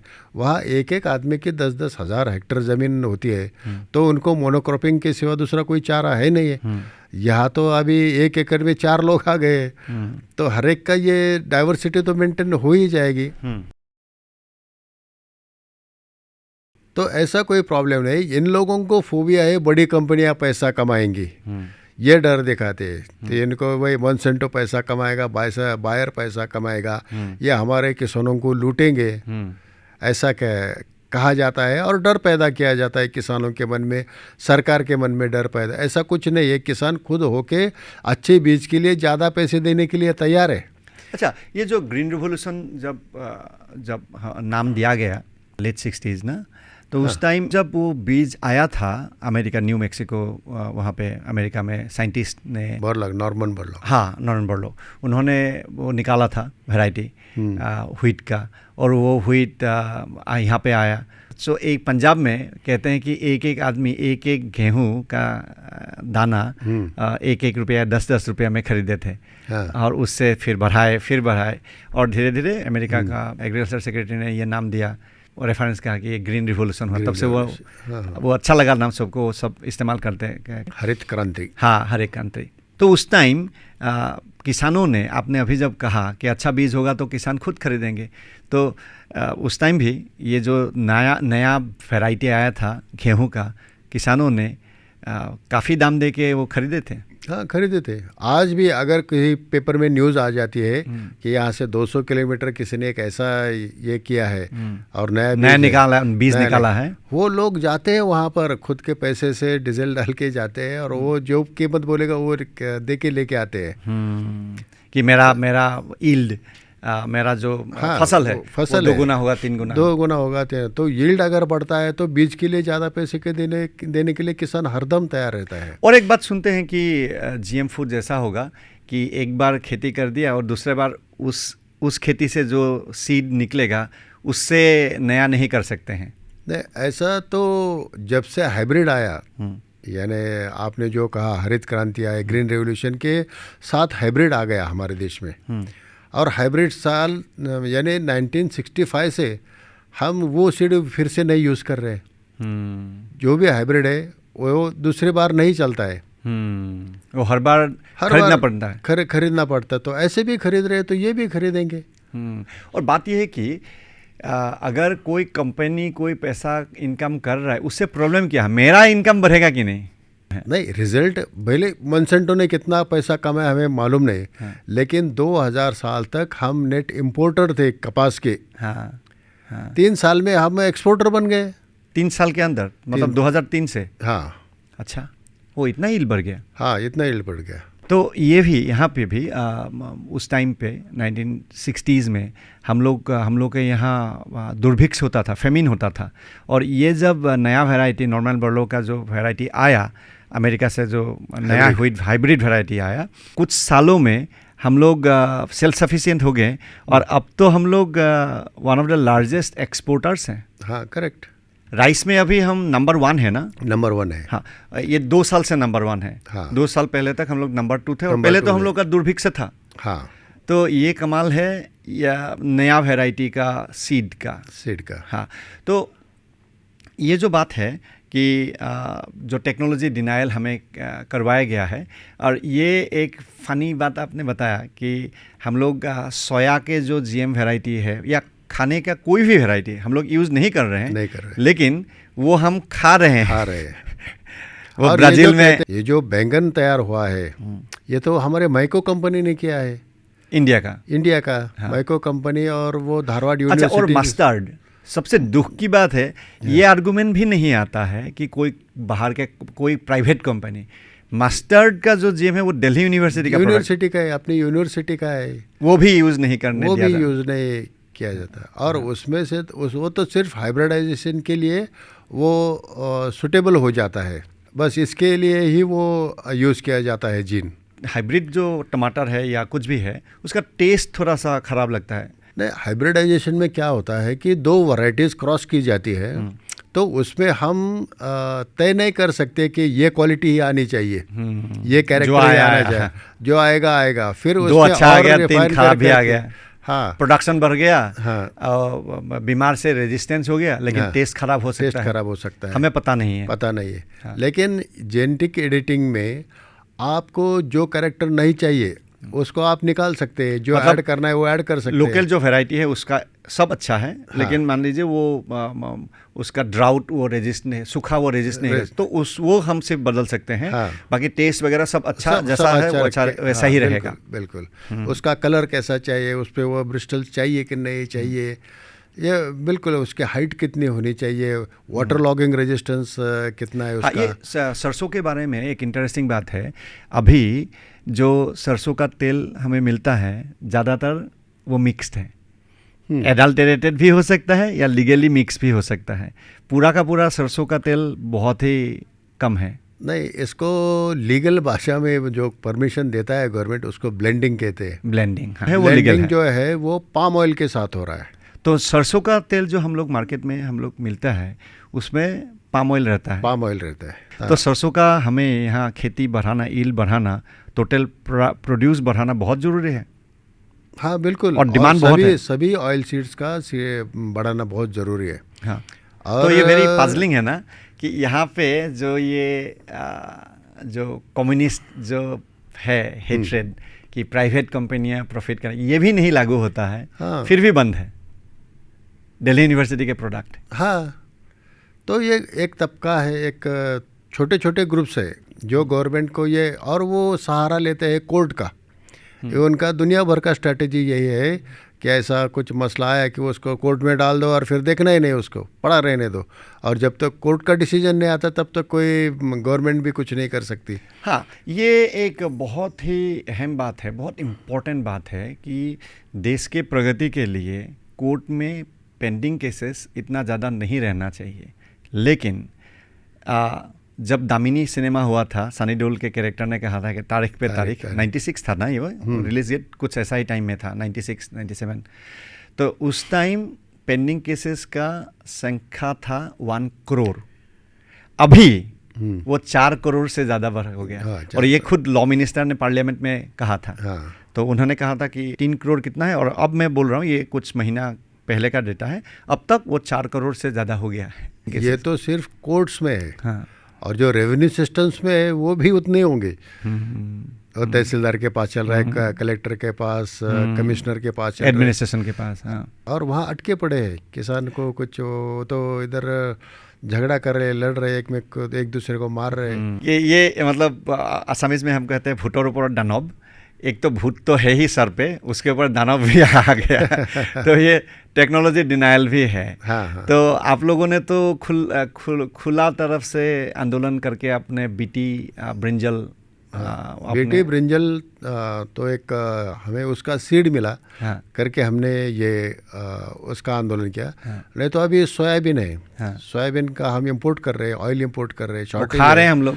और हमारा प्रोडक्टिविटी में 6 गुना कम है बाहर से। 5-6 क्विंटल हम उगा रहे हैं, वहाँ 30-35 क्विंटल ले रहे लोग ब्राज़ील में। हाँ, ब्राज़ील में ले रहे हैं। ये चावल बहुत हो रहा है फिलीपींस में हो रहा है, इंडोनेशिया, मलेशिया। ये मक्का भी अमेरिका में। हाँ, तो कॉर्न, उसमें जो पेस्ट कंट्रोल है। हाँ। तो उस पेस्ट की वजह से होने वाला डैमेज बहुत बड़े पैमाने में कंट्रोल हो जाता है। और दूसरी बात, उसका क्वालिटी अच्छा हो जाता है। और यील्ड काफ़ी बढ़ जाता है। हमारे 6 गुना 7 गुना 8 गुना उनका यील्ड है।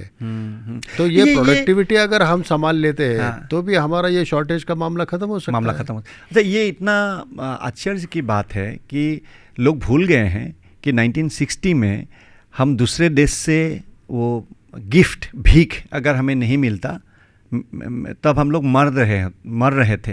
हाँ। खाने को नहीं मिल रहा था। उस वक्त से हम अच्छे बीज के कारण, टेक्नोलॉजी के कारण हम सेल्फ सफिशिएंट तो रह गया, हम अब एक्सपोर्ट करते हैं। सरप्लस हो गया अभी। सब में हम लोग नंबर 1 में आ रहे हैं। मिल्क में, राइस में, गेहूं में, सारी चीज़ों में हम बढ़ रहे हैं। और ये सिर्फ टेक्नोलॉजी के लिए। लेकिन अभी टेक्नोलॉजी के हमेशा हम लोग ये सस्पिशन के दृष्टि से देखते हैं। और ये प्रॉब्लम ये है कि हम लोग खा रहे हैं सोया का। हाँ। दूसरे देश को अमीर कर रहे हैं, दूसरे देश के किसानों को अमीर कर रहे हैं, खुद का किसानों को टेक्नोलॉजी डिनायल कर रहे हैं। तो ये कंक्लूड कर सकते हैं कि एक प्रॉपर्टी राइट्स का जो सीलिंग एक्ट है और लैंड एक्विजिशन एक्ट है कि जब मर्जी वो ले सकते हैं। हाँ, सरकार ये काम है हमें दे दो, ले सकते हैं। कुछ सुधार लाए थे लेकिन वो एनफ नहीं है। हाँ, वो कॉम्पेंसेशन बढ़ा दिया है अभी। हाँ, कॉम्पेंसेशन बढ़ा दिया है। और एक जगह की कंसेंट होना चाहिए, 70% पॉपुलेशन का। हाँ, तो लेकिन और कुछ और डेफिनेटली चाहिए। फिर नॉन एग्रीकल्चर से नॉन एग्रीकल्चरल यूज़ का जो परमिशन के सिस्टम है वो सब हटाना चाहिए।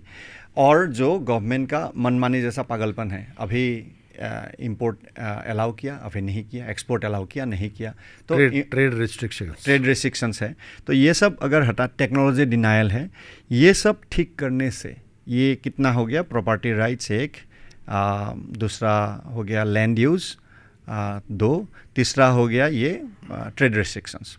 तो ये बाय एंड लार्ज ये टेक्नोलॉजी, हाँ टेक्नोलॉजी, चार। सो ये चार एरियाज़ में गवर्नमेंट को कुछ नहीं करना है, सिर्फ बंद करना है, खर्चा नहीं करना है, एक पैसा भी खर्चा नहीं होना है। आपको शांत से बैठना है, जाइए, और करना है तो कोर्ट का पेंडिंग केसेस हटाइए। हाँ, जो पैसा बचता है, जो लोग बैठे हुए हैं ये सब काम करने में, एपीएमसी को देखने में, टेक्नोलॉजी डिनायल को देखने के लिए कुछ इंस्पेक्टर्स वगैरह है ना, ऑफिस है, तो ये जो जितना आदमी है सबको ले जाके कोर्ट में डाल दीजिए। पेंडिंग केसेस कोर्ट में देखिए, उनको कंप्यूटराइज कीजिए, जजेस को मदद कीजिए, जो क्लरिकल सर्विस देना है उनको, एडमिनिस्ट्रेटिव सर्विस देना है वो दीजिए, और ये जो 4 करोड़ का पेंडिंग केसेस वो सब हटाइए। हाँ।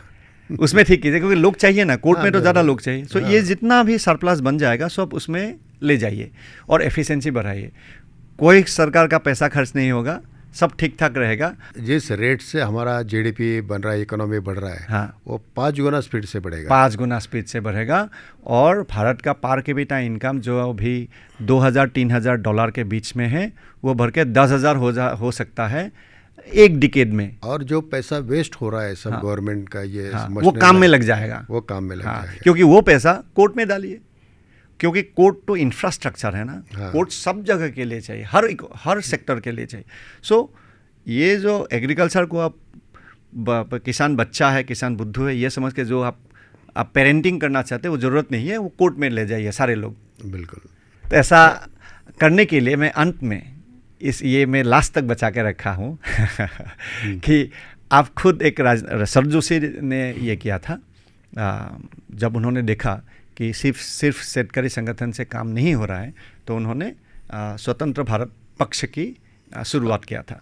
तो ये इसमें भी आप हैं, आप सरजू जोशी के साथ काम किए हैं आपने, तो आप पॉलिटिकल पार्टी खुद आप हैं उसमें, प्लस दूसरे पॉलिटिकल पार्टी को क्या कहेंगे कि इसमें 60% भारतीय हैं, वो अमीर बन जाएंगे तो आपको हमेशा वोट डालेंगे, ये या कुछ और भी आपके? ये सिर्फ किसान अमीर नहीं होंगे, पूरा देश अमीर होगा, पूरा एम्प्लॉयमेंट बढ़ेगा, तो पूरे देश के लोगों की परचेसिंग पावर, हर एक को काम मिलेगा, तो पूरा देश का चित्र ही बदल सकता है। तो इसके लिए जो भी आज इन्फ्लुएंशियल पार्टीज़ है वो कुछ नहीं कर रही है, और ये सब ना हो इसके लिए ही कोशिश कर रही है। ये सिस्टम जैसा चल रहा है वैसा ही चलते रहे। मैं राजा बनता रहूं, तुम प्रजा बन रहो। मुझे खुद तो ऐसा पॉलिटिक्स में ज़्यादा इंटरेस्ट नहीं है, लेकिन कोई नहीं कर रहा है इसलिए हम इसमें आ चुके हैं। शरद जोशी भी ऐसे थे कि उनको भी पॉलिटिक्स में बिल्कुल इंटरेस्ट नहीं था, लेकिन 10 साल काम करने के बाद भी वही ऑनियन का हर साल सवाल खड़ा हो जाता है।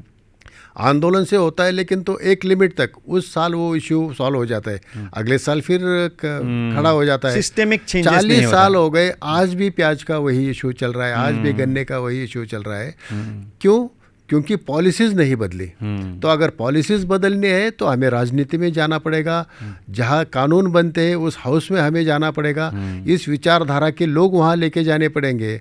इसीलिए ना चाहते हुए भी राजनीति में आना पड़ रहा है, और राजनीति में आने के बाद जिसको दूसरी पार्टी में टिकट नहीं मिला उसको हम हमारे पार्टी में टिकट देके चुन के लाएंगे तो हमारे सत्ता आएगी, इस विचार के हम नहीं है। हम अच्छे लोग ढूंढेंगे समाज में, हर कॉन्स्टिट्यूएंसी में जो भी अच्छा आदमी है, कोई प्रोफेसर होगा, कोई पत्रकार होगा, कोई सिंगर होगा, कोई किसी भी एनी वॉक ऑफ लाइफ वो आ सकता है, और उसको ये लिबरल इकोनॉमी अगर मान्य है तो वो हमारा कैंडिडेट हो सकता है। ऐसे कैंडिडेट लोगों ने चुन के देने चाहिए, कौन कितना पैसा दे रहा है, कौन कितनी दारू पिला रहा है, उसके हिसाब पे मत दो, इसकी वजह से बर्बाद हो गया देश। दूसरे पार्टियां, एस्टेब्लिश पार्टियां ये नीतियां अपनाती हैं, ये नीतियां करते हैं, तो पॉलिटिकल में घुसने की जरूरत ही नहीं। जरूरत ही नहीं, बिल्कुल नहीं। आज भी कांग्रेस करती है या बीजेपी करती है या तृणमूल कांग्रेस करती है, कोई भी पार्टी आकर ये नीतियां इस तरह से अगर इम्प्लीमेंट कर देती है तो हमें राजनीति में आने की जरूरत ही नहीं है। लोकमान्य तिलक जी ने कहा था कि ये स्वराज की लड़ाई कोई नहीं लड़ रहा है करके मैं मेरी मैथमेटिक्स की प्रोफेसरशिप छोड़ के ये कर रहा हूँ। तो हमें भी बाकी काम है करने के लिए, लेकिन कोई नहीं कर रहा है करके हमें करने की आने के लिए कंपेल्ड हुआ, मजबूर हो गए हैं। तो अगर कोई भी पार्टी कर सकती है, करने की इच्छा है, तो हम उनको सपोर्ट करेंगे। ऐसा ही नहीं कि हमें सत्ता में जाना है, लेकिन ऐसी कोई आशा आज तो दिखाई नहीं दे रही है। इसलिए हम स्वतंत्र भारत पार्टी को प्रोजेक्ट कर रहे हैं और लोगों ने इस पार्टी का स्वीकार करना चाहिए। आपको एक रेवोल्यूशन की ज़रूरत है। अभी आपको चुनावी रेवोल्यूशन लड़ना है, आपको कोई ब्लड शेड करने की ज़रूरत नहीं, कोई मोर्चा करने की, सिर्फ एक बटन दबाने की ज़रूरत है। आपके हित के लिए, आपके बच्चों के हित के लिए, नहीं तो ये देश बर्बाद हो जाएगा इसी तरह से अगर चलता रहा तो। सही कैंडिडेट चुनो, उसको चुन के लाओ, देश की नीतियाँ बदलो। तो खुद इलेक्शन लड़ो। हाँ, खुद इलेक्शन लड़ना चाहिए। ये तो डेयरिंग करनी पड़ेगी। ये तो भाई गटर है, इसलिए या जो हमारे एमपियाँ हैं, एमएलए हैं, उनको ये कहना है कि ये सब नीतियाँ अपनाओ।